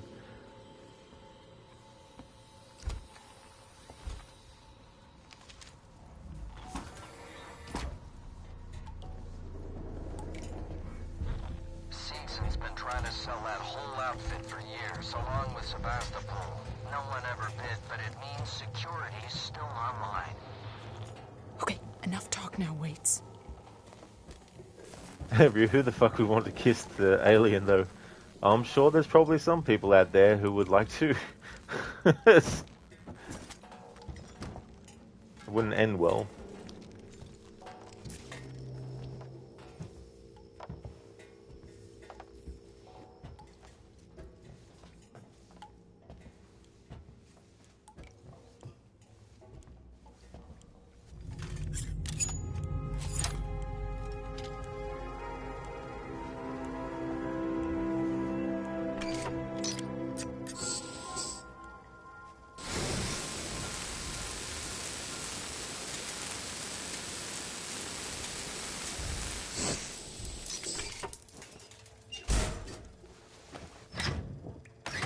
Yeah, Code. Indeed, Ryu, yeah. It's like, no. Let's not be going there.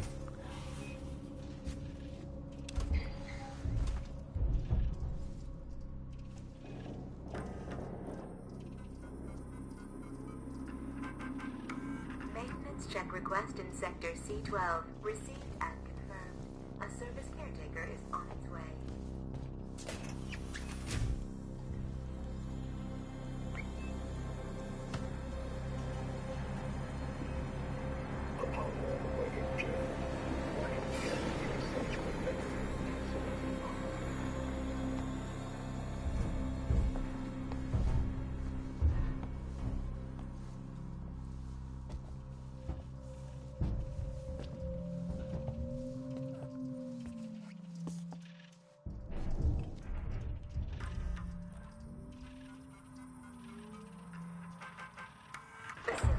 Re-enabled. Power restored to local breakers. Where can I find the power breakers, Waits? I see one in the analysis labs. The other's in the decontamination room.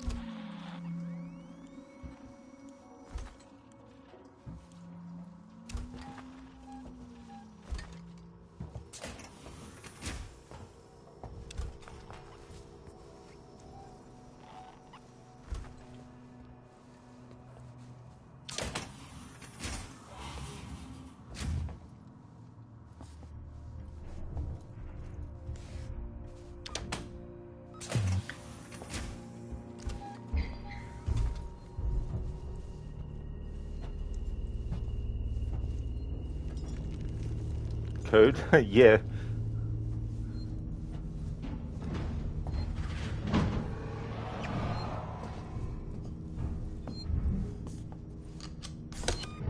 Definitely want to be saving right now.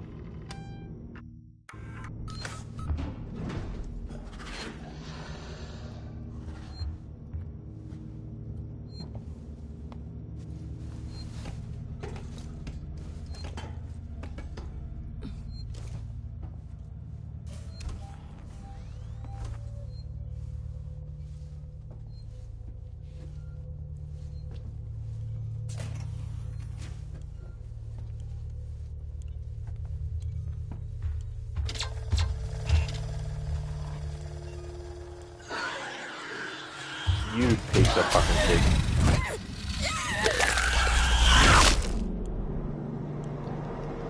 Good thing I saved it where I did.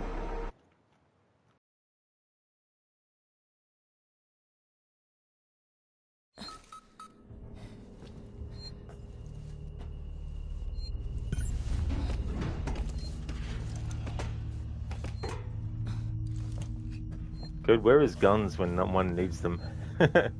Well, we'll definitely need a pulse rifle, which unfortunately in this game, you don't get.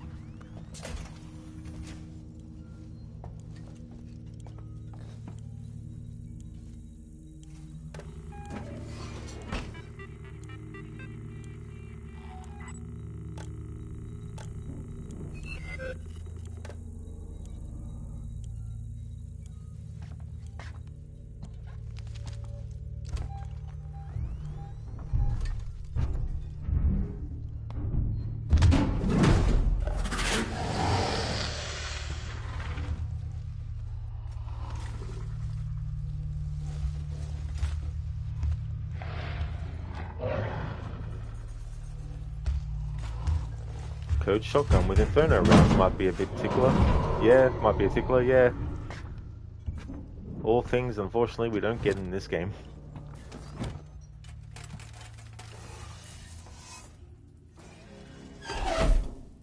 I'm down.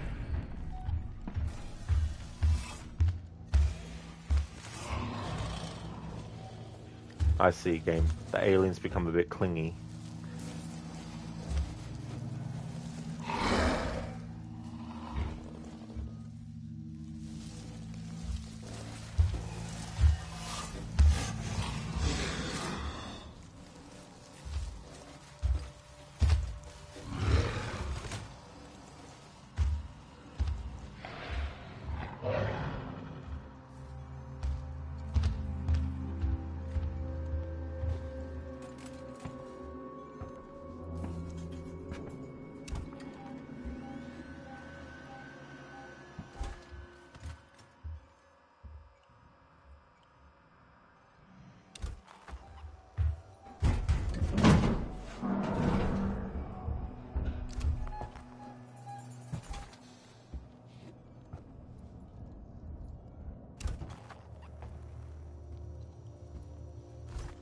Code warning, aliens' behavior settings become like all the X's at some point.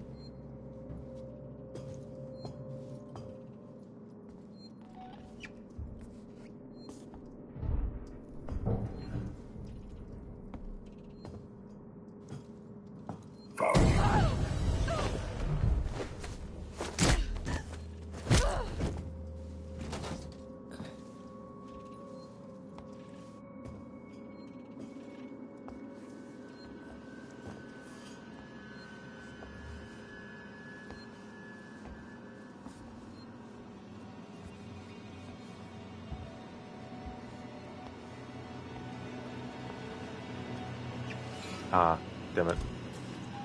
Knew I was forgetting something.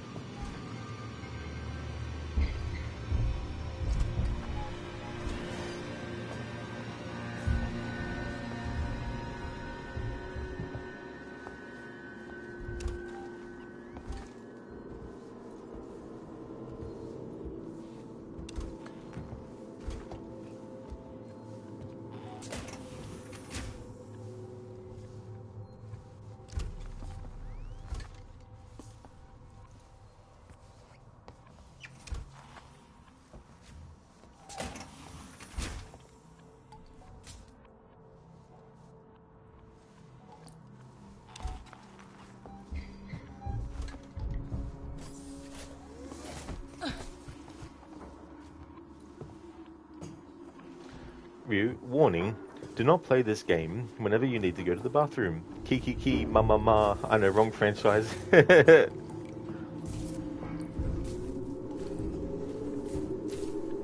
Now imagine a single player story driven Friday the 13th game where it's just you having to survive against Jason Voorhees.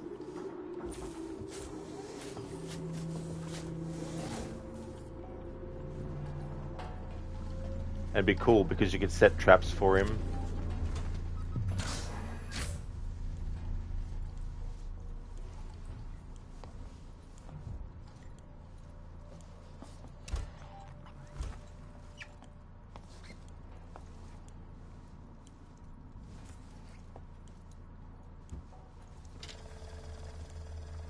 Phew, that sounds like something right up Sega's alley since they did this too. Yeah, you know, something that has the similar kind of suspense. Make it different from what usually gets done nowadays with horror franchises when they turn into games. I.e., let's just copy Dead by Daylight. Nothing wrong with that style of game though, but when every single horror franchise gets turned into that, without exception, it then becomes a bit like, come on, seriously? Don't want to shake things up a little bit? Neon, this game looks peaceful. It definitely can be Neon, you know, if... Oops. It definitely can be peaceful if you have your headphones turned off and no audio coming from the game. Although that might make it a bit freakier as well. Considering you would have no audio indications of when the alien was nearby or not. I mean, you could use the motion tracker, of course, so that would give you some visual aid.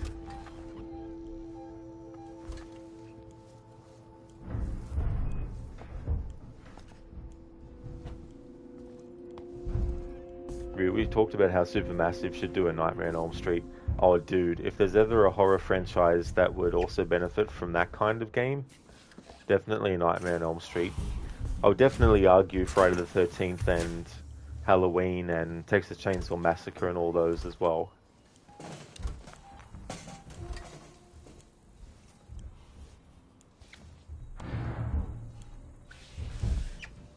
But yeah, if Supermassive could get the rights to doing games of Nightmare on Elm Street. If not, a game with Robert Englund before he passes away would be great.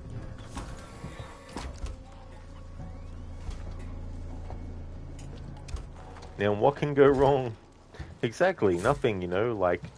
And imagine, too, if you're in this scenario and you don't get killed by the alien, you don't get killed by an android, but you get killed simply because you weren't watching where you were going and you slipped on some water on the ground and then you hit your head on something sharp and then you were just killed like that. I mean, in some ways that might be the better way to go if you're going to die in a scenario like this.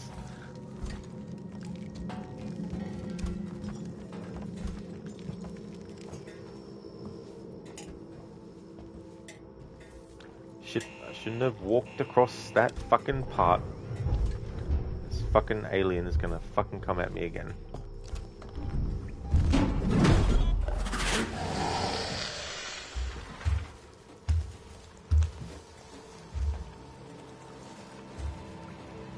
Alright, let's see if we can...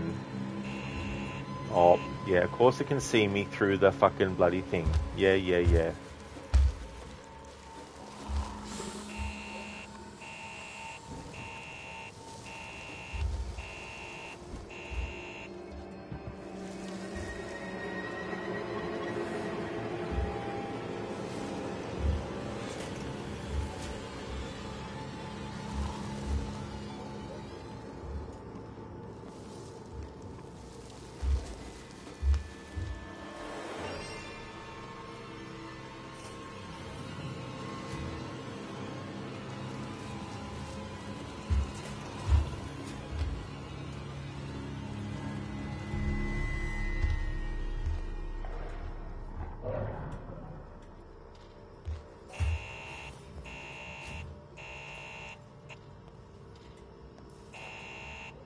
No, that should not be detecting me through shit.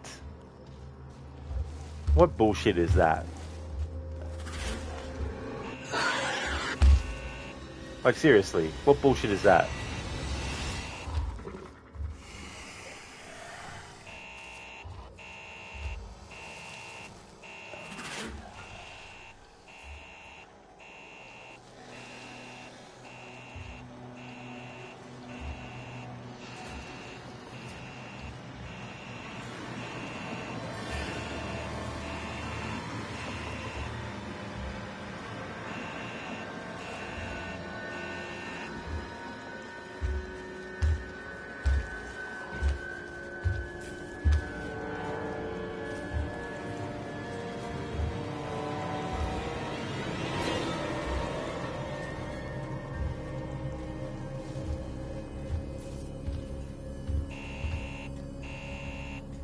Fucking put myself into a literal fucking rock in a bloody fucking hard place. Here, fuck you.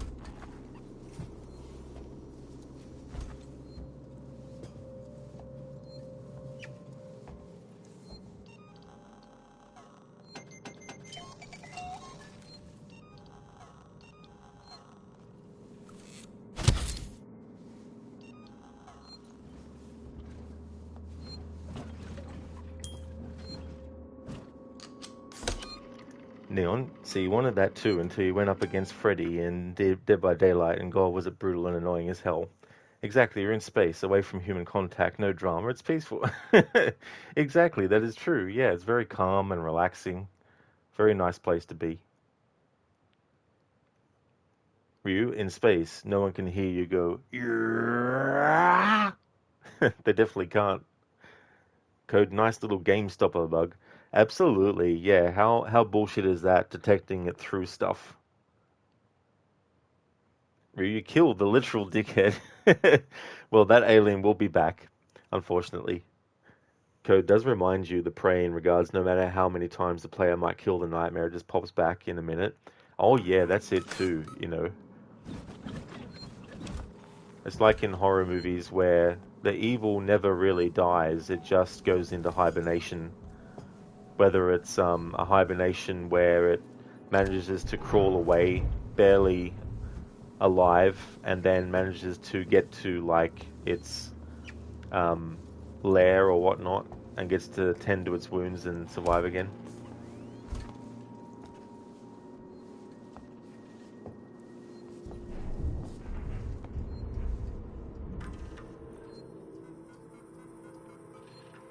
Really, these villains are literally like cockroaches. That is very, very true. Check request in sector C12. Received and confirmed. A service caretaker is on. Nice code. Whack an alien mole.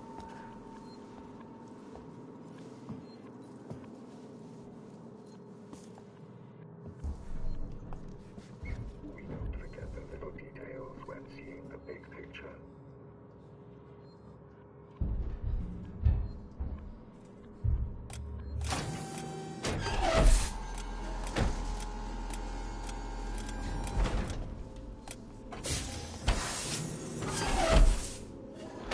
That's it. Elevator's online, Ripley. Got it. You're headed for a place called Project KG-348.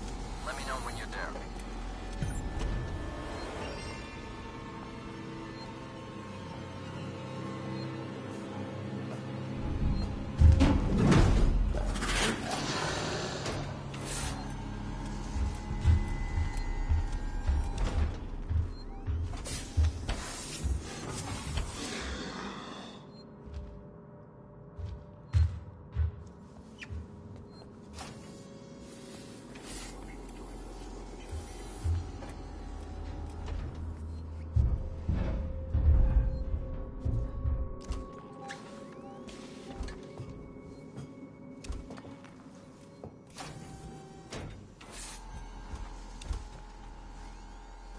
Ryu, be careful, those whack-a-mole machines might have a face hugger. Oh, could you imagine?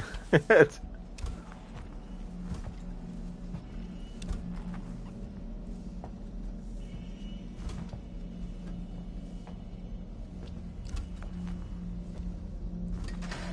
Mr. Goethe.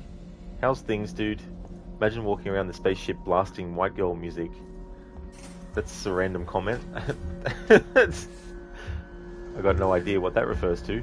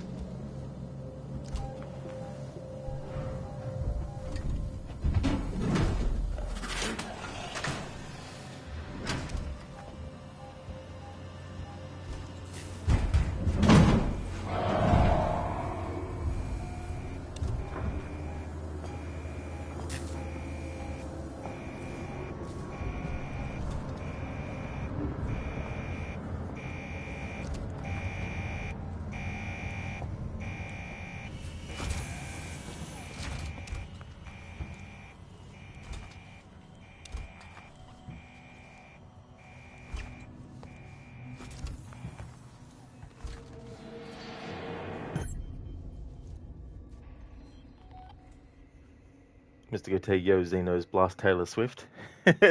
Taylor Swift versus Alien. There's a comic book crossover. Neon, surprisingly, people say this and Dead Space are the scariest space games, but you didn't think they were as creepy to you. Maybe just a few jump scares, but it's not as eerie as something like Silent Hill. Wait, I made it. Is it still after you? I think so. I got a plan. Head for the labs. Waits has a plan.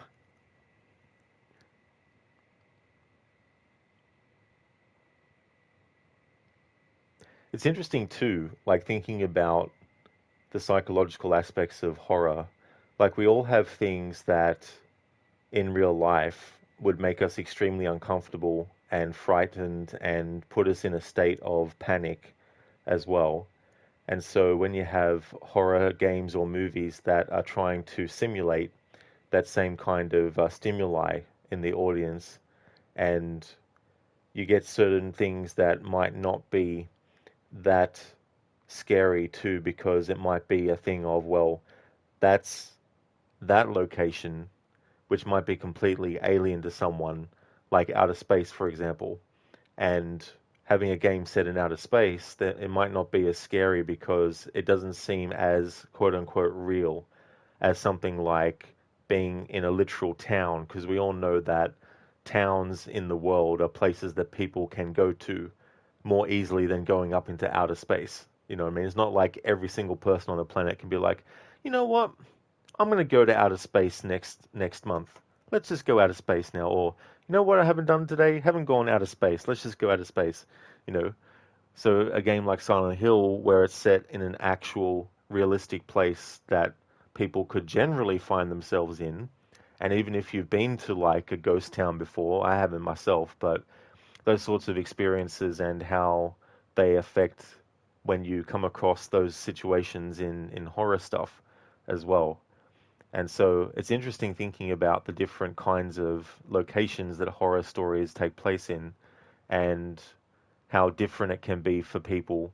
One thing might be considered scary, while another place might be considered mundane and nothing frightening can happen.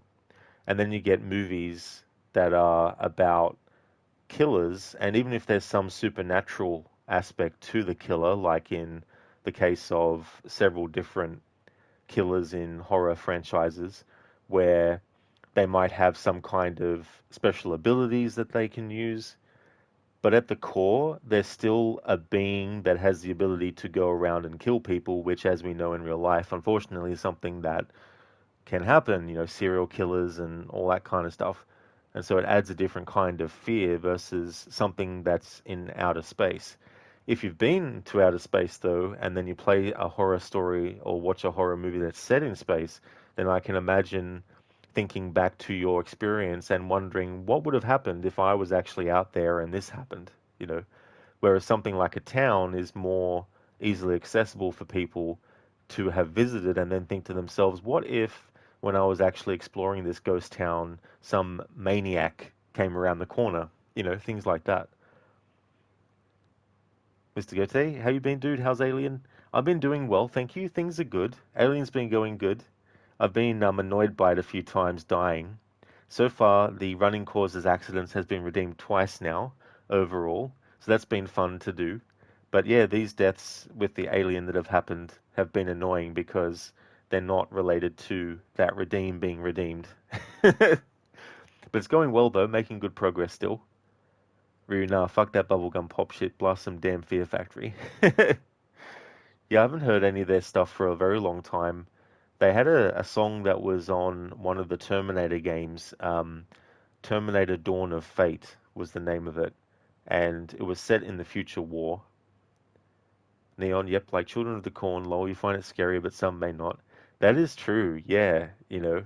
And the thing with that kind of horror story is it's taking the idea of the scary children trope and making them literal killers, you know. It's not just one that goes around doing it. It's like all of the children in that story have killed the adults. So there's no adults left in the town, you know. So you've got that aspect as well. And then you've got the false sense of security as well. And the false sense of superiority where it's like, If a kid ran at me with a knife, I'd just kick them in the shin. But what if there was like 20 of them running at you?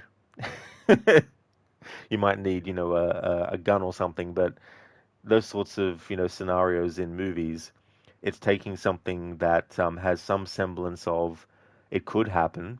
There's definitely been children who have killed people, so it's not entirely out of the realm of possibility when you have a story set in a town where that has happened. We have, of course, Zero Signal from Mortal Kombat soundtrack. Yeah, that's such a great piece of music too, as well. Mr. Gote, nice. You got Alien Rogue Incursion for your Alien game. Oh, very nice, Mr. Gote. So have you played it before, or will it be your first playthrough of it?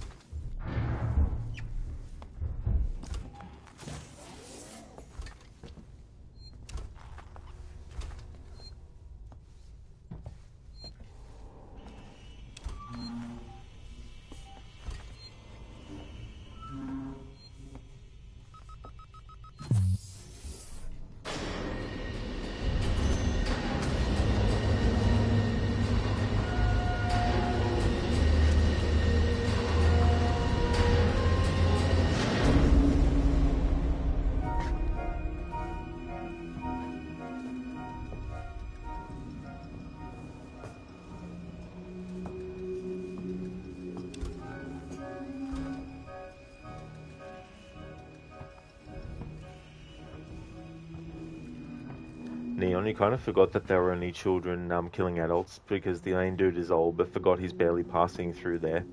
Yeah, that is true too, like the unexpected nature of what's going on. Not knowing what exactly has happened, not realizing yet that there's an actual danger, because there could have been some other catastrophe that could have happened. Zera, thank you for redeeming the running causes accidents. Mr. Gote, first playthrough you did most of the beginning already and they got all sounds, equipment and story right so far.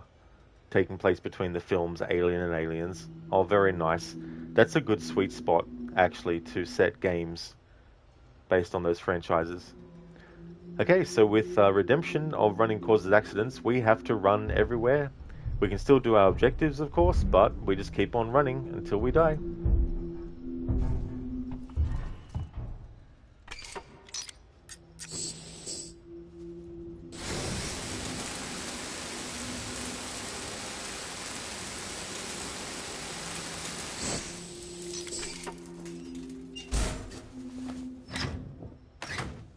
Wait, I'm in. The lab can be separated from the main station. Bring it back online, and systems can reconnect.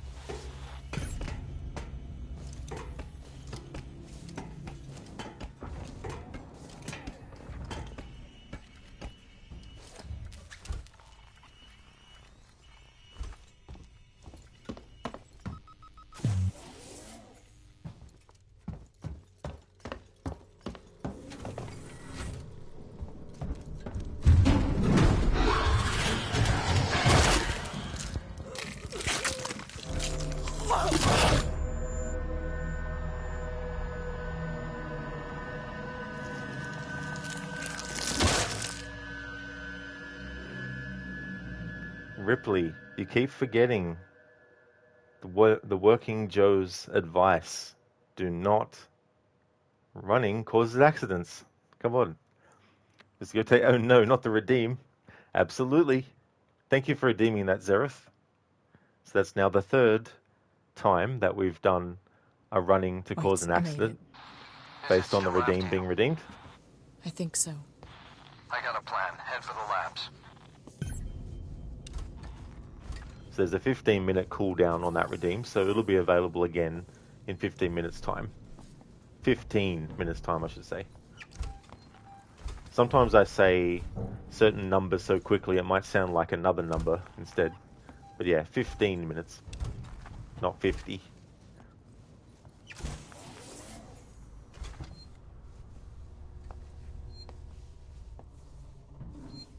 Hello there, Not Fry. It's going really well, thank you. Not for Amanda Ripley, though. She ran again and caused an accident. How's things going with you?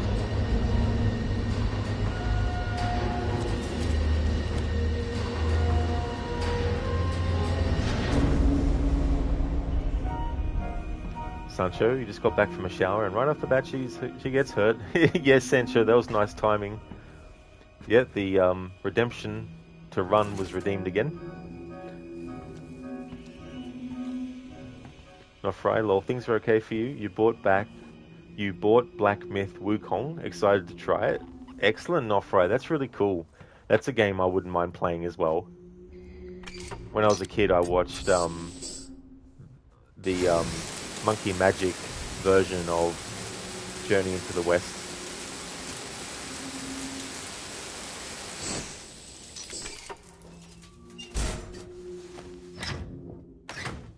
Wait, I'm in.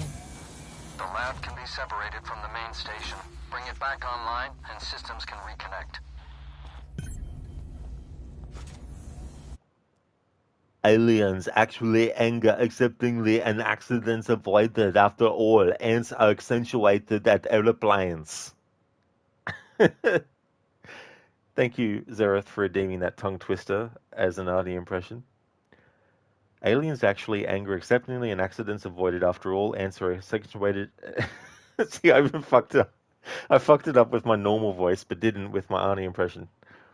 Alliteration is, as always, that is true. Very clever.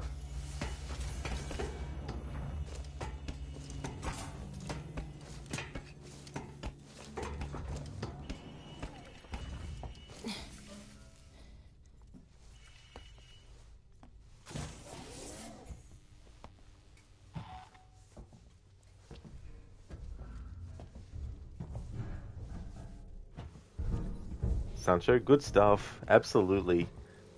We're definitely very difficult sentence structures to say, especially if you're saying them fast. Zereth, you got me. You sure did.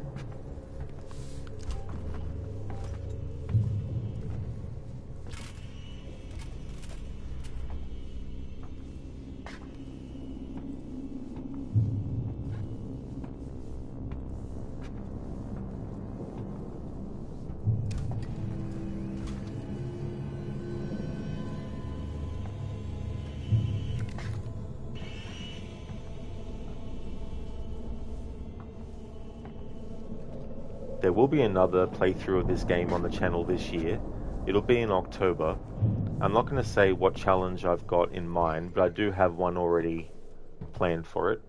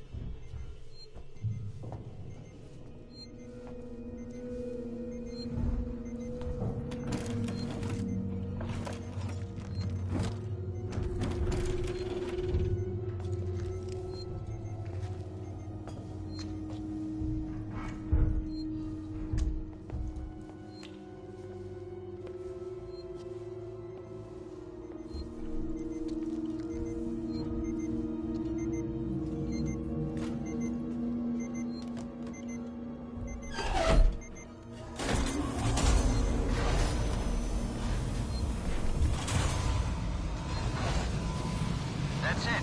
I can see a power spike. Now, reconnect the lab systems to Sebastopol from the console in the central lab. We're counting on you, Ripley. Hazardous material leak detected.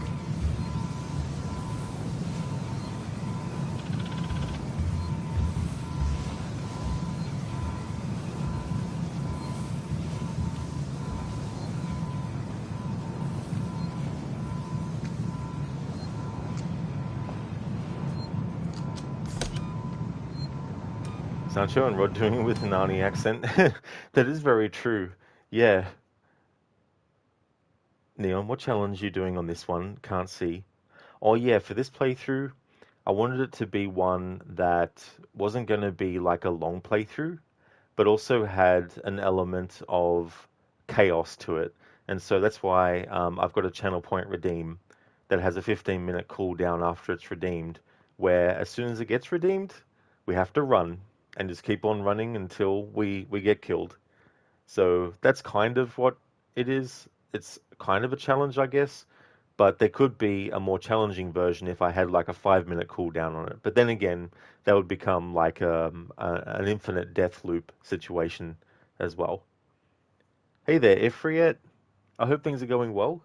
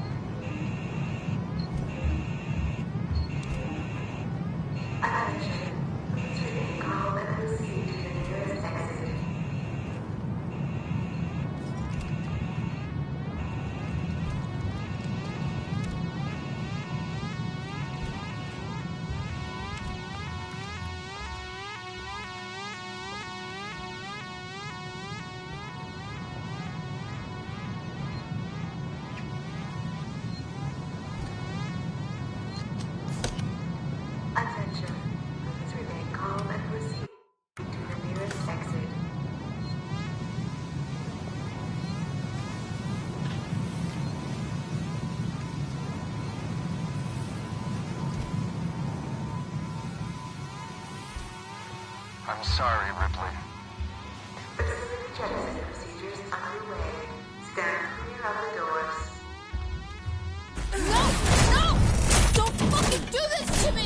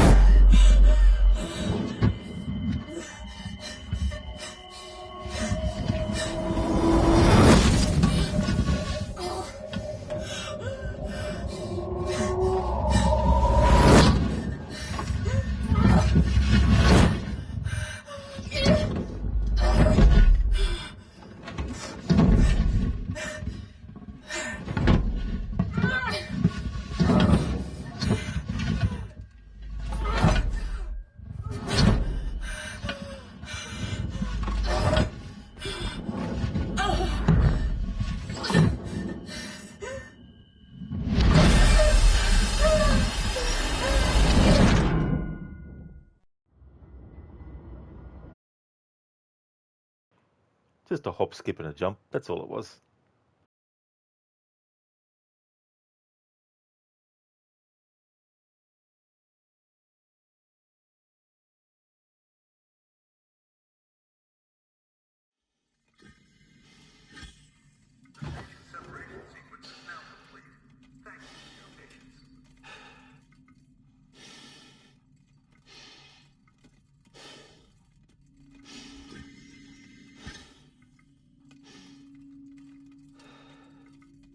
Okay, so we've reached a point where we won't have to worry about the alien for a while.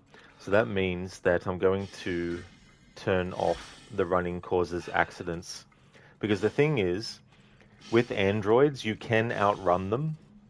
And so it wouldn't be as much of a impactful redemption if it was the working Joes that I only had to deal with. So for a while, they'll just be working Joes and no aliens.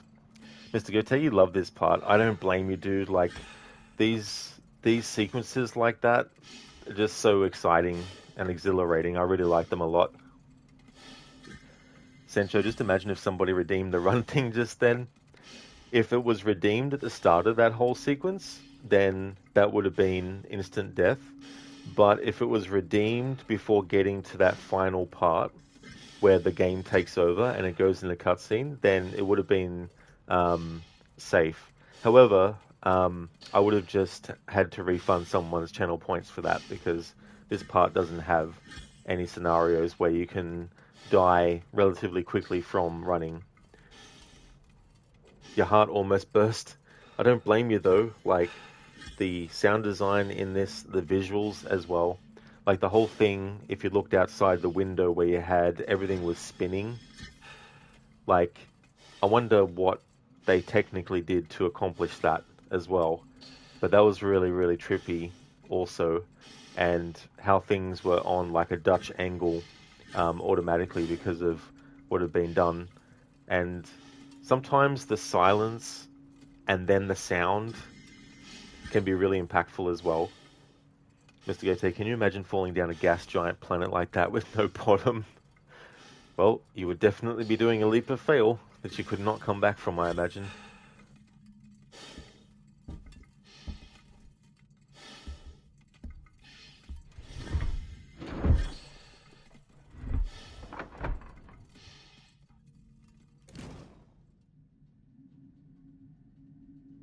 Hello? Hello? Can anyone hear me? Ripley, is that you? Yes, wait! Me, you son of a bitch! You locked me in! You blew the lab into space! I had no choice. No choice at all. You saw that thing. You saw what it could do. I had to get it off the station. By any means necessary. Yeah. Use me as bait. Leave me to die. And it goddamn worked, Ripley. It goddamn worked. I got that thing. Jettisoned it into the gas giant.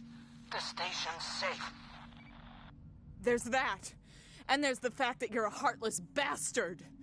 I'm heading back to the Bureau. We can discuss your methods there. Ripley out. Mr. Goethe, like, just fall all the way down through the planet. If your suit covers you for the entire fall, yeah, that's the other aspect too, as well. And then you think about all the testing that gets done for those kinds of materials to see how durable they are, how long they last, all that kind of stuff.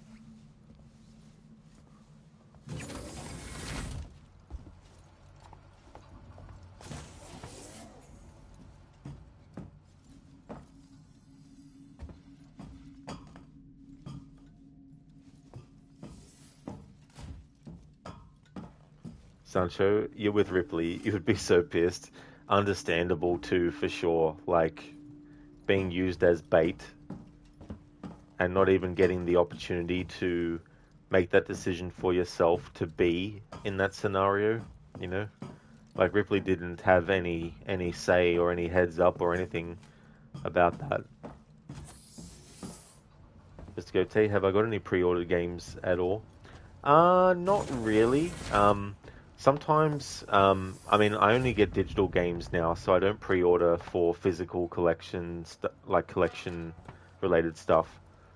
So it's just the digital version. So to that end, I just wait until it's like, you know, a day or two before it comes out, and then pre-order it. For example, you've got Directive 8020 coming out. I haven't pre-ordered that yet, but I will because I want to be able to get any kind of like cosmetic stuff, because I think the outfits that you can have the characters wear that are based on outfits from the previous Dark Pictures games, I want to be able to have those available too. Because I'll actually be doing 2 playthroughs of Directive 8020 back to back as part of celebrating its release.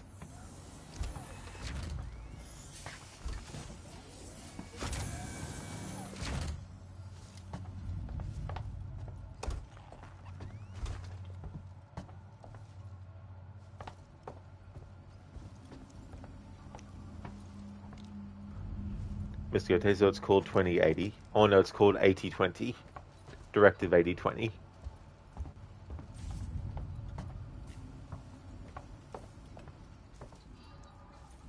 And it's going to be a sci-fi horror, partly inspired by things like John Carpenter's The Thing, and potentially, hopefully, Event Horizon as well.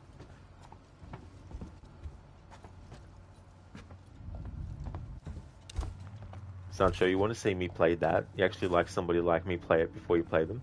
Oh, nice, Sancho. That's cool. Yeah, I definitely look forward to playing that game, and the Dark Pictures series of horror games are a staple on the channel in terms of like how often and regularly I play them, because there's just so many different ways you can approach the playthroughs, not just in who lives or who survives, or what outcomes you get, what differences you cover, but also in how you come up with your reasoning for doing certain things as well, which can definitely be fun too, doing that.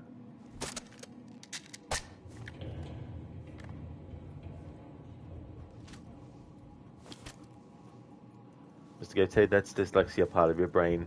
Yeah, dude, that's understandable as well.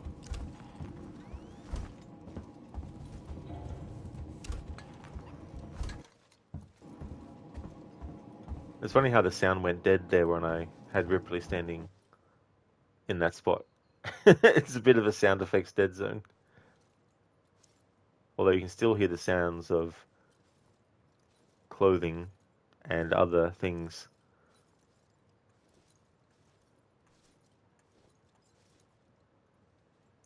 Sancho, very fun to see me do it. You enjoyed that a lot. I'm glad that you enjoyed them. They're definitely fun to do too. And there's also a satisfaction in getting things to go the exact way you want them to, because there's many opportunities where you can mess up and lock you out of certain things. Mr. Gote, you process numbers and words at the same time, and you go, oh, can you repeat that? Oh yeah, that'd be the thing too, like combining those two things.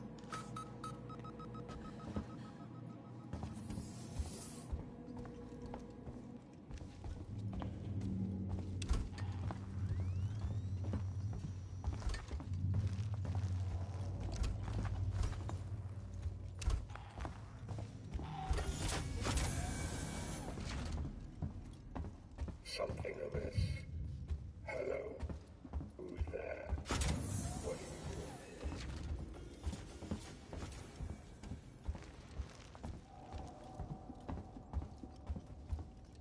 Why not ask me about Sebastopol safety protocols?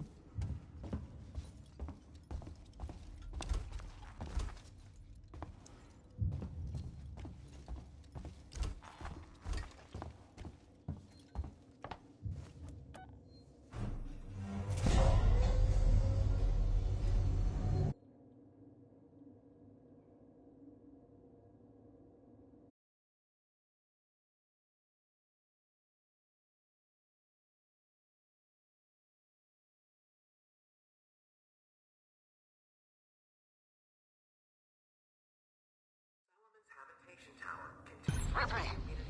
Ripley, it's Ricardo! You made it! No thanks to Waits. He's a ruthless son of a bitch, always has been. Stubborn too. If he'd ever listened to me, things would never have gone this far. It's done now. I'm sorry for fucking up with the lockdown earlier. Forget it. You got me out in the end. I'll see you back at the Bureau. Houses the workers and families living on Sevastopol, as well as providing executive suites for traveling businessmen.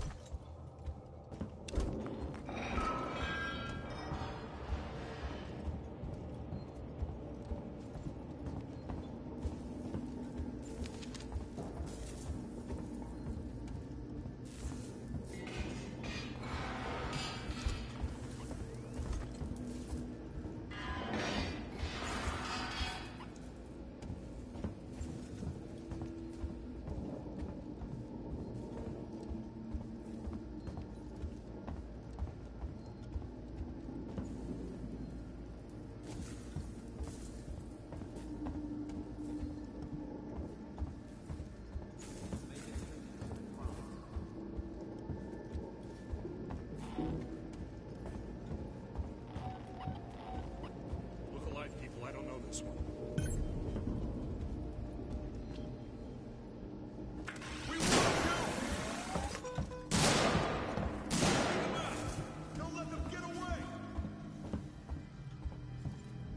This is one of those games where even if you know that you need to do something, if you don't actually go near that gate where those people are first, the game won't let you press the button on this thing to make it move.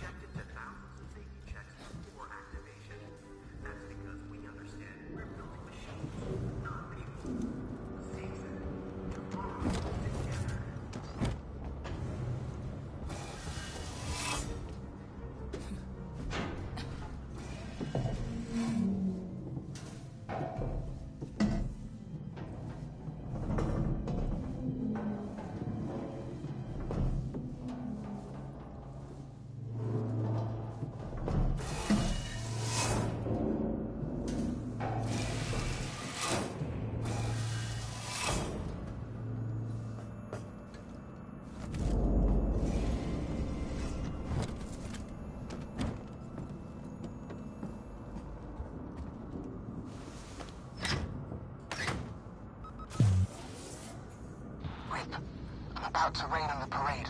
Something's up with the androids. Something's been up with the damn androids since I got here. No, this is new. They've left their posts. I just saw some of them in a public area. That's not normal. Great. Watch your back.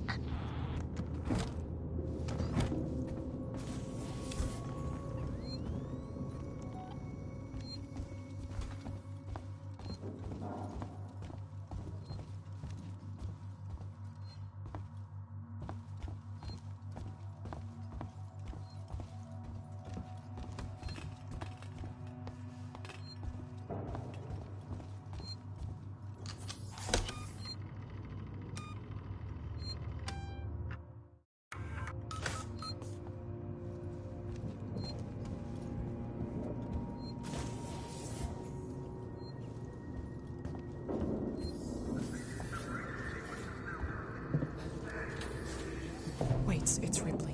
What's going on with the androids? I don't know. What about the change in alert status? Damn it, I don't know. I'm trying to contact Samuels. Maybe he knows what the hell Apollo is playing at. Sancho, even if there is no threat, you still really hate the fact that the androids are around. That is true, you know, like, you think, okay, the alien's not around at the moment, but the working Joes are like, hello. You have to contend with them.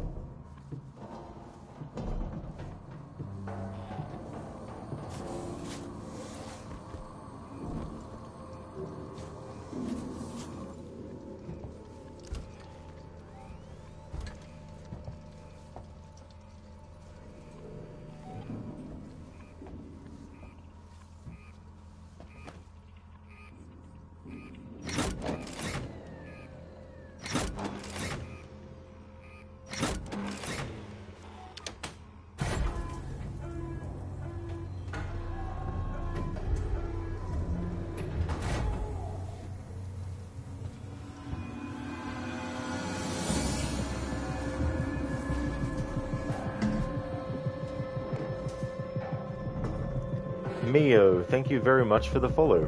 Thank you.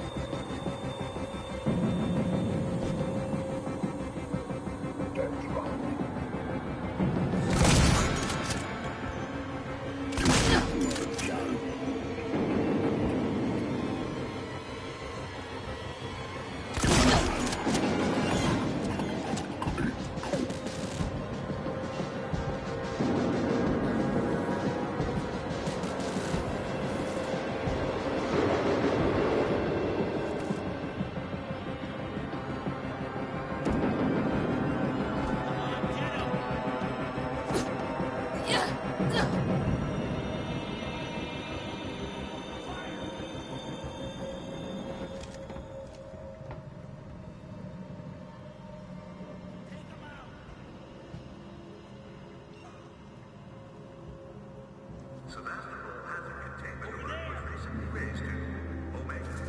Please stand by for further notification.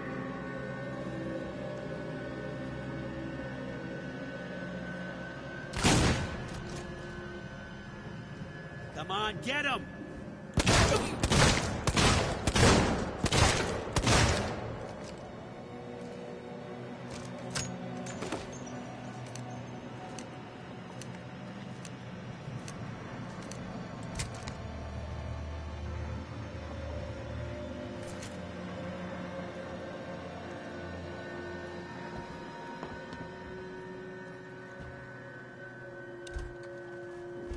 Hello there, Spectrum. Good evening to you.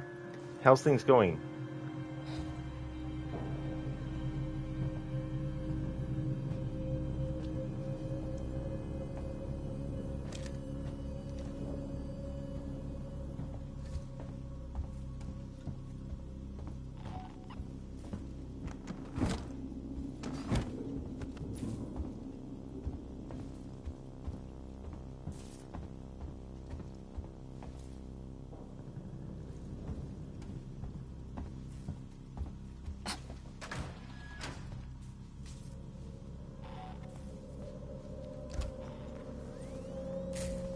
Wait, for God's sakes, Apollo's let the androids off the leash. They're attacking on sight.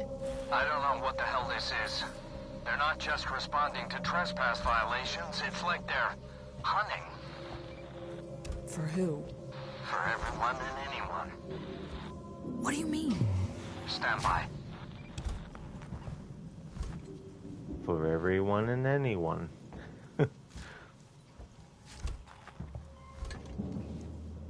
Spectrum, yours is more of a visual spatial dyslexia, only very mild for reading.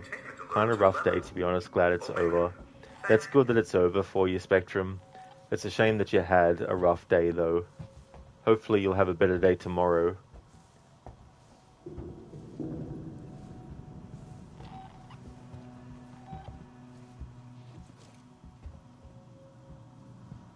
Strange. Come with me, please.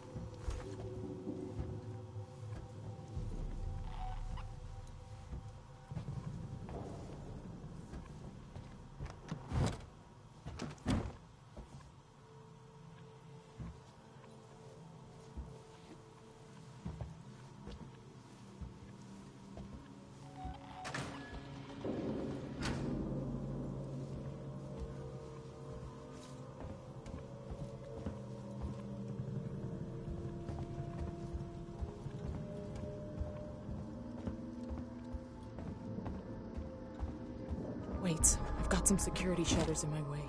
Can you open them? Wait. You bastards, you murdering bastards! Leave him alone! Stand down! He shouldn't be here. You're becoming hysterical. You bastards!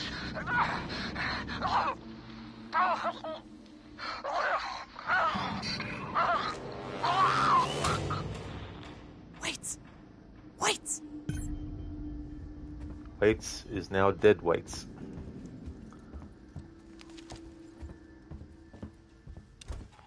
Solomon's habitation tower contains all the amenities and comforts you would expect at home. Solomon's Galleria, our shopping mall, caters to all the needs of visitors to the station, as well as Sebastian's long-term population. Nearby, our law enforcement officers can be found in the Marshal Bureau, ensuring round-the-clock safety.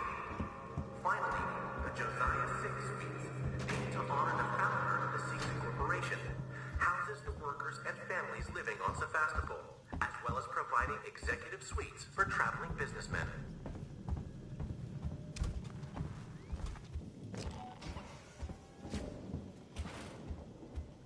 Whatever it was, it ain't here anymore. Finish up. The fuck was that? Anyone else catch that?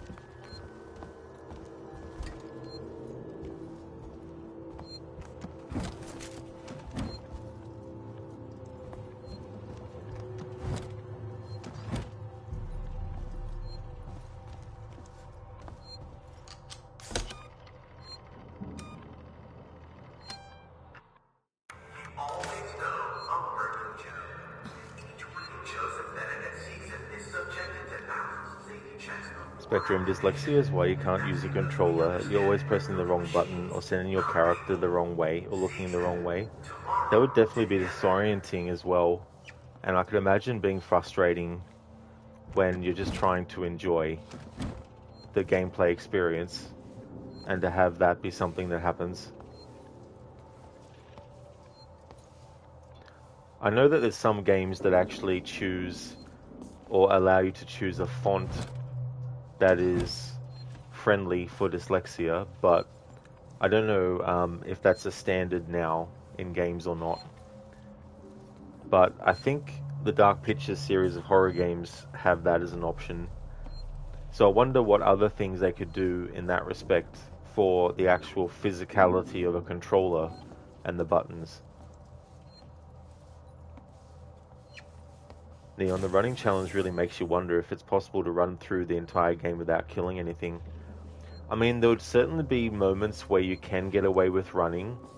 There's very specific points where once you reach a certain activation point, it'll quote-unquote suck you into the cutscene and give you plot arm, well, you know, give you temporary invincibility where the alien, even if it was chasing after you. But then again, there's also some scenarios where you can get to a door to start the process of opening it, but you can still get killed. But pretty much anytime there's an alien around, you're guaranteed to get killed if you're just running everywhere.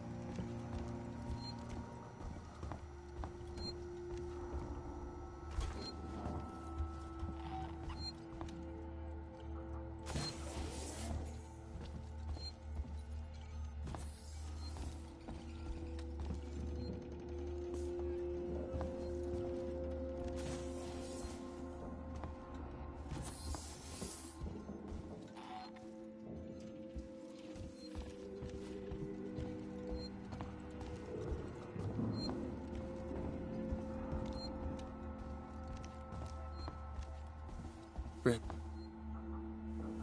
they're all dead. The android slaughtered them. Why? Why the fuck? I don't know, but I think Samuels does. Samuels? Why? Wait sent him to access Apollo.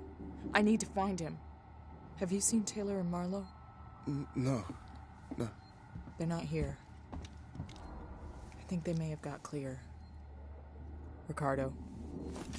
Ricardo, if I go after Samuels, can you run this place? I need eyes and ears. I'm not fucking staying here. Ricardo, I need you to do this. Can you man the station and keep me covered? Ricardo!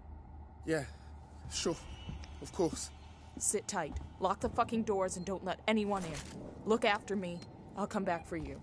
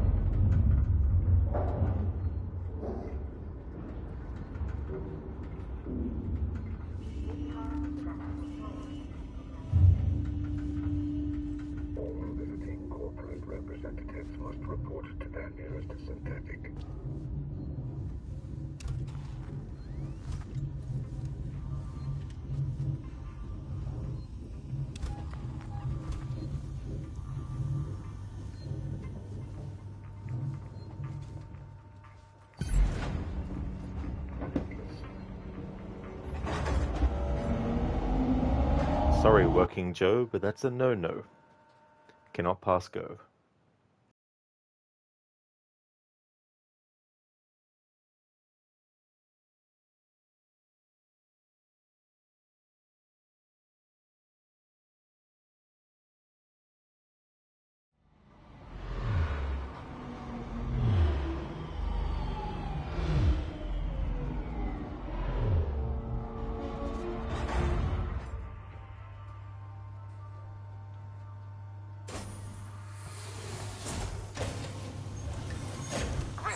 Serving the San Cristobal Medical Facility and Seasons. I can see activity on terminals on the top levels of Seasons Synthetics.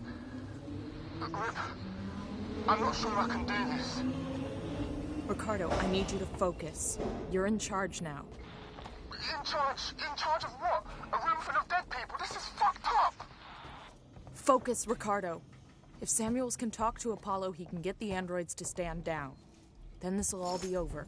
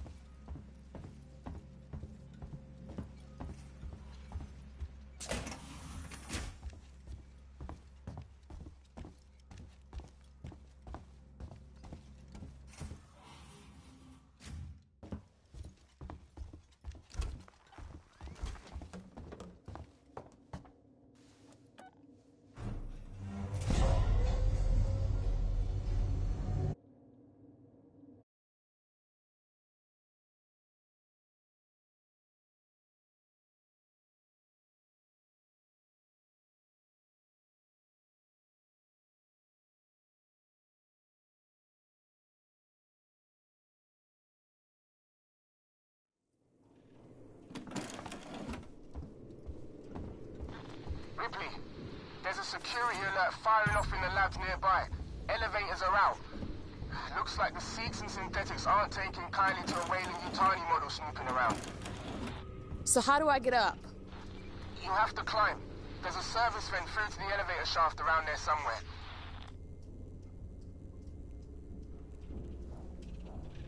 For those who haven't seen the first Alien movie before, this is a reference to how the android character Ash attempts to kill Ellen Ripley, played by Sigourney Weaver, but doesn't succeed. But in this game, the Working Joe android succeeded in killing via this method, by rolling up a magazine and then shoving it down the throat.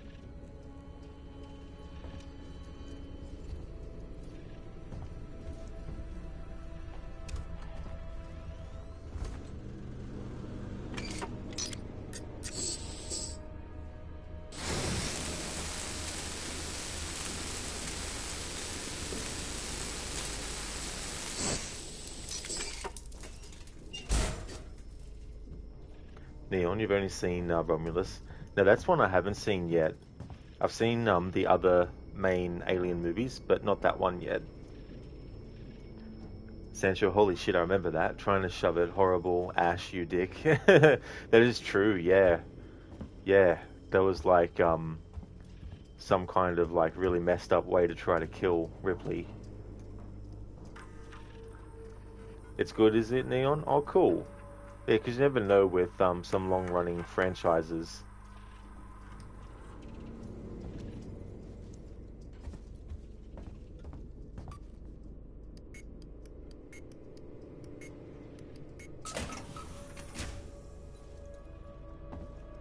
Neon, it goes back to the lore of the first one too.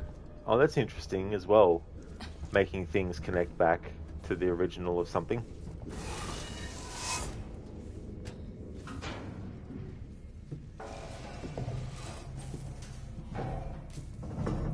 Sancho, you've not seen that movie in a while, so you forget a lot of it. Oh, that's fair too. There's plenty of movies I saw a very long time ago that I only vaguely remember some stuff from.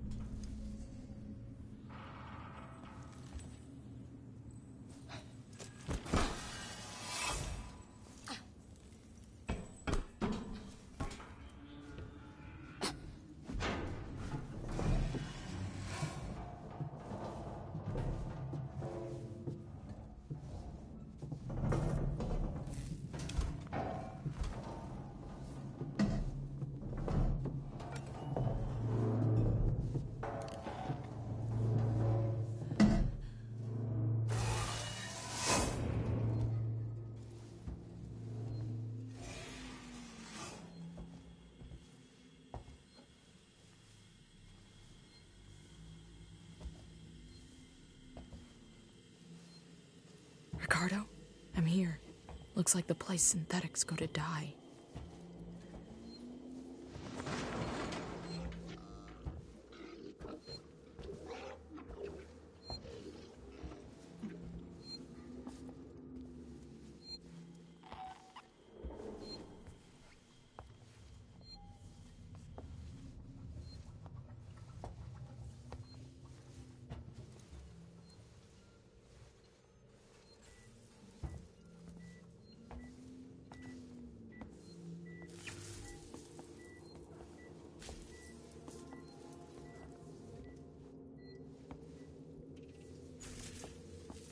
The door up here's blown.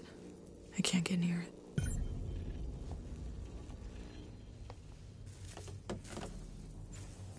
Sancho, Automod is modding you because you're cussing. Sorry, Mod. Oh, Sancho, that's no problem at all. yeah, things like that where I know exactly what context it's being used in, I definitely don't let AutoMod keep that as flagged. Because after all, I swear myself on stream, so to have swearing be censored in chat when it's not directed at someone specific, it would definitely be hypocritical to have it be something that I let AutoMod keep flagged.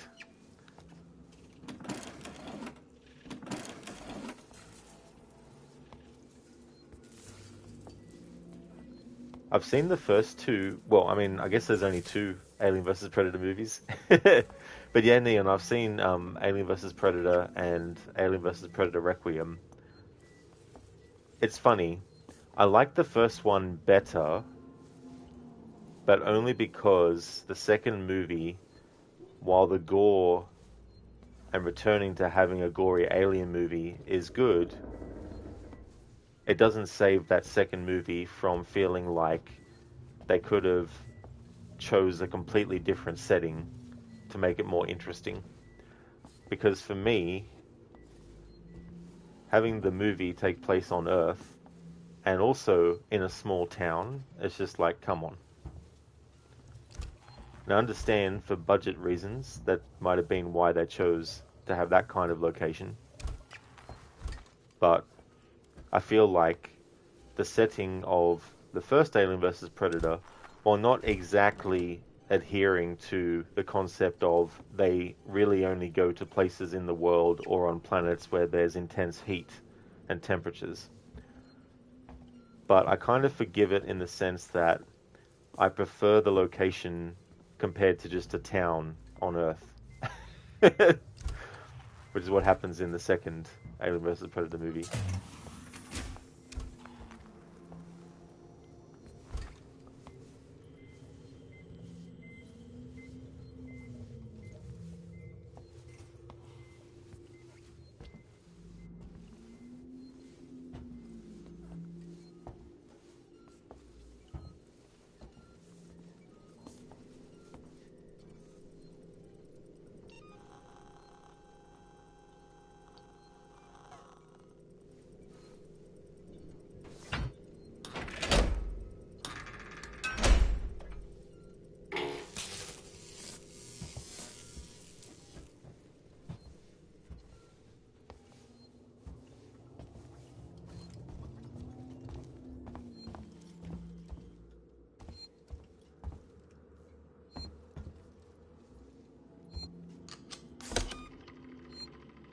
I'll never know if it's any good, lol, or not. Fans seem 50-50.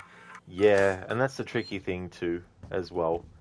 Because each fan has their own idea of what they want to see done and how they want things to go. And if it doesn't match that, then it's understandable that they might not like the movie. Whereas some people might have expectations, but if it's not met, they might still enjoy what was done instead.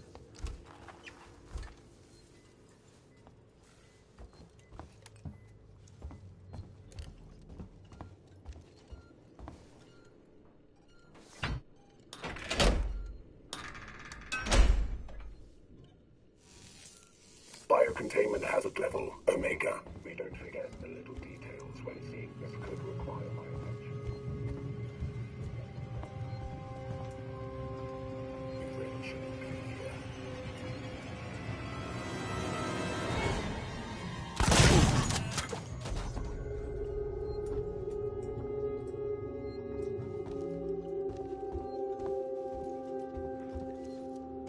Sancho, you like the idea of aliens fighting humans? It's just fun, you think? Yeah, I mean, it definitely causes a lot of potential, like, deaths for either, you know, and then you have the human element of, is the person going to be trustworthy, or are they going to sacrifice you to the alien? Hey, Keone, welcome on in. Things are going pretty well. There's been some dying, but not all related to running. There was 2 deaths due to running, based on the redemption being redeemed. But I've got it deactivated for now because there's no aliens in this part of the game. And so I wanted to make sure that I was maximizing the potential for dying, because while you can get killed, of course, by the working Joes, you can outrun them, whereas the alien you can't. Oh, that's definitely no worries, Keone. It can be tricky with different, you know, like start times for my streams and stuff. But thank you for coming into the stream anyway. I will be ending soon, but not like the next minute. But I will be ending soon once I get to a certain point. Nice to hear that you're doing good, Keone. That's excellent. And when I finish the stream as well, I'll be coming back later with Red Dead Redemption.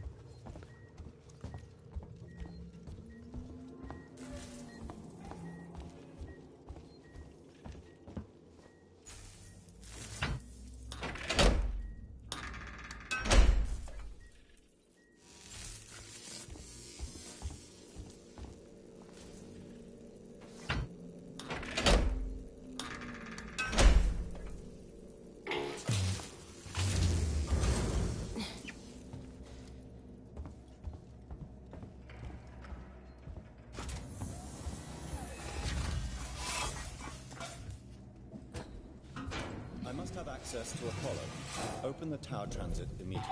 Apollo transit reserved for Seeks and executives and synthetics only. Right. Then I'll have to find a way to talk to Apollo directly. Biocontainment hazard level Omega. All permissions rescinded.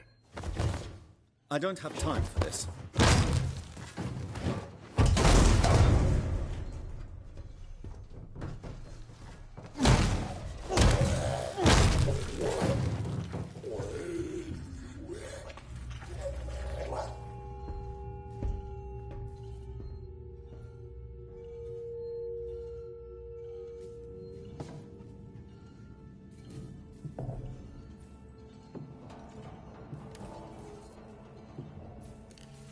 Sancho, that's another game you really like but have never played.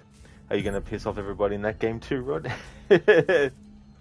Oh, which one is that, Sancho, sorry?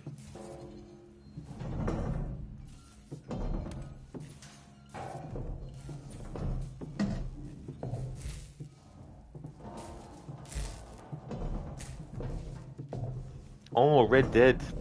Well, on the save file I've got running for it where I play John Marston as Low Honor, definitely. We'll be pissing off some NPCs in that game. But on the High Honor save file I've got for that playthrough as well, it'll be a different story.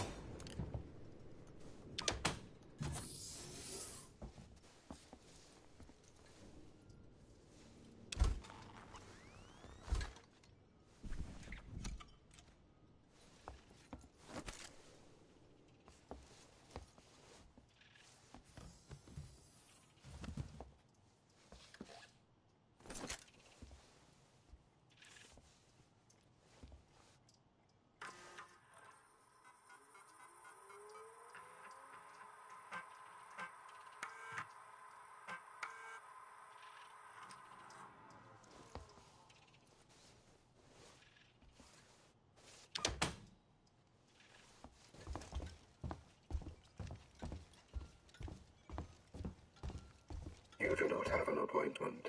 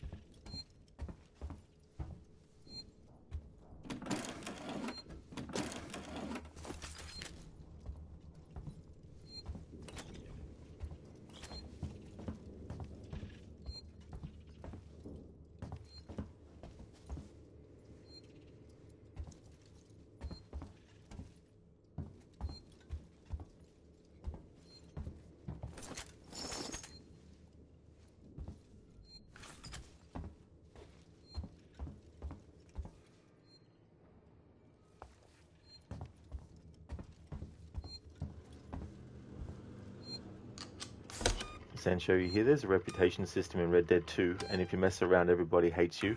That can definitely happen, for sure. And if you don't pay off your bounties, you can have bounty hunters come after you, and they can even come after you when you start to set up your camp as well, and interrupt.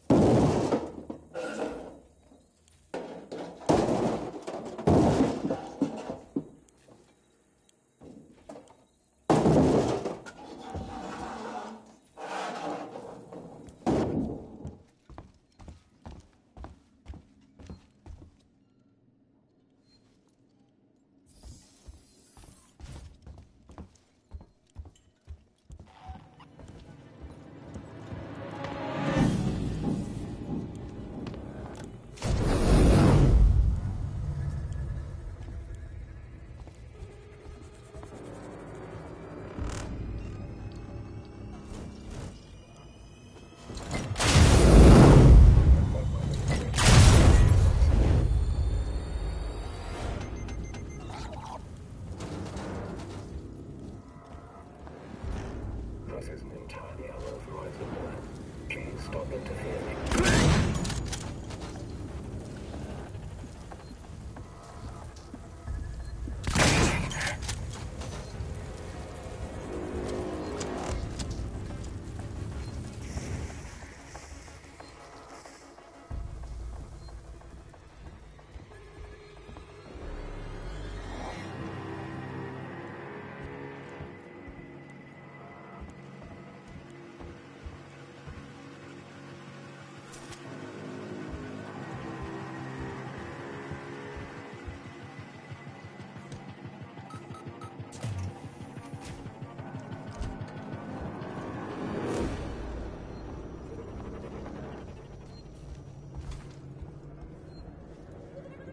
Weyland-Yutani synthetic registered. Attempted unauthorized access.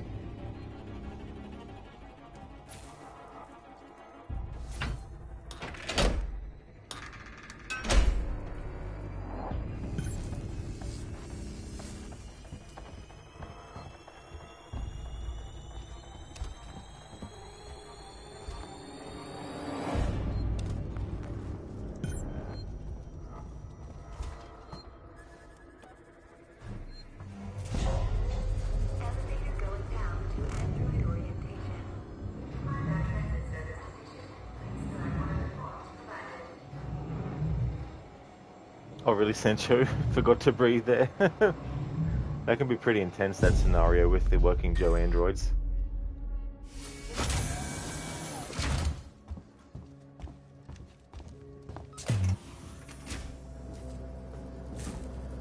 Malfunctioning. Great. What was that, Ripley? Nothing. Just more shit on this station. Fucking the usual.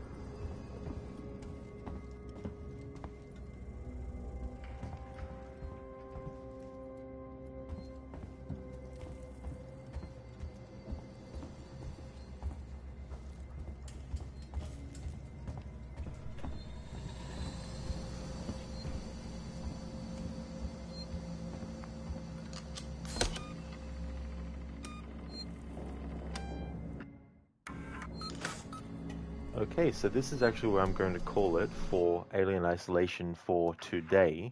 The next stream of this will be my Friday early stream, and if I finish the game, then that'll be that. But if I still need another stream after the Friday stream of this, then I'll likely do an early stream on Saturday as well to finish whatever I've got left.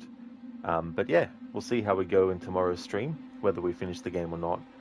But I hope that everyone has a good one. Thank you very much for watching this stream. I'm going to be taking a break before coming back with Red Dead Redemption 1. It'll be a long break. It'll be a 2-hour break, so it's definitely understandable if not everyone will be able to make it to the next stream. But thank you very much for watching this one. The Wednesday to Friday is Alien Isolation for the early game, and Wednesday and Thursday is Red Dead Redemption for the main game. So I'll be doing another stream of Red Dead in 2 hours time. And then Friday to Sunday, the main game is Assassin's Creed Brotherhood at the moment. Before I end, I'd just like to give some shout outs to some streamers. Thank you, Sencho. I definitely will take care. I hope you do too.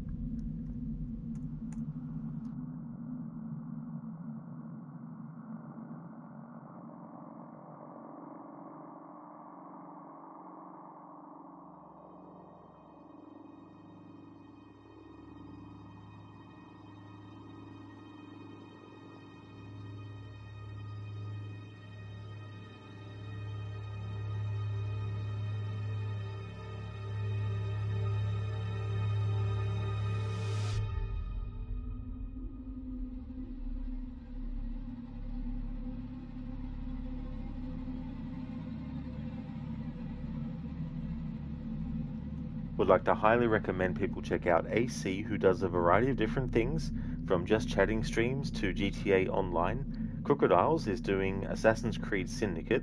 The game is set in 1868, and he's doing that game as part of an overall project, taking all these different games across different series and doing them in timeline order.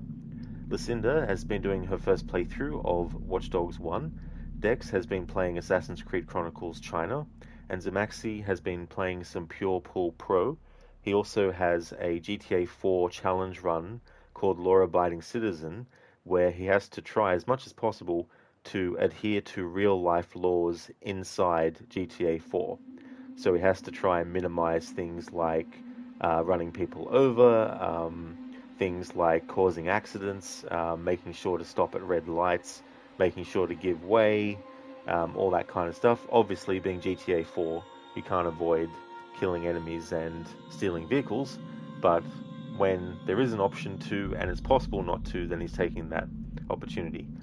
Thank you once again, everyone, for watching the stream, and I'll be back in 2 hours with Red Dead Redemption. If you see me streaming that, then that's my Thursday main game, and then the Friday early game would be this again.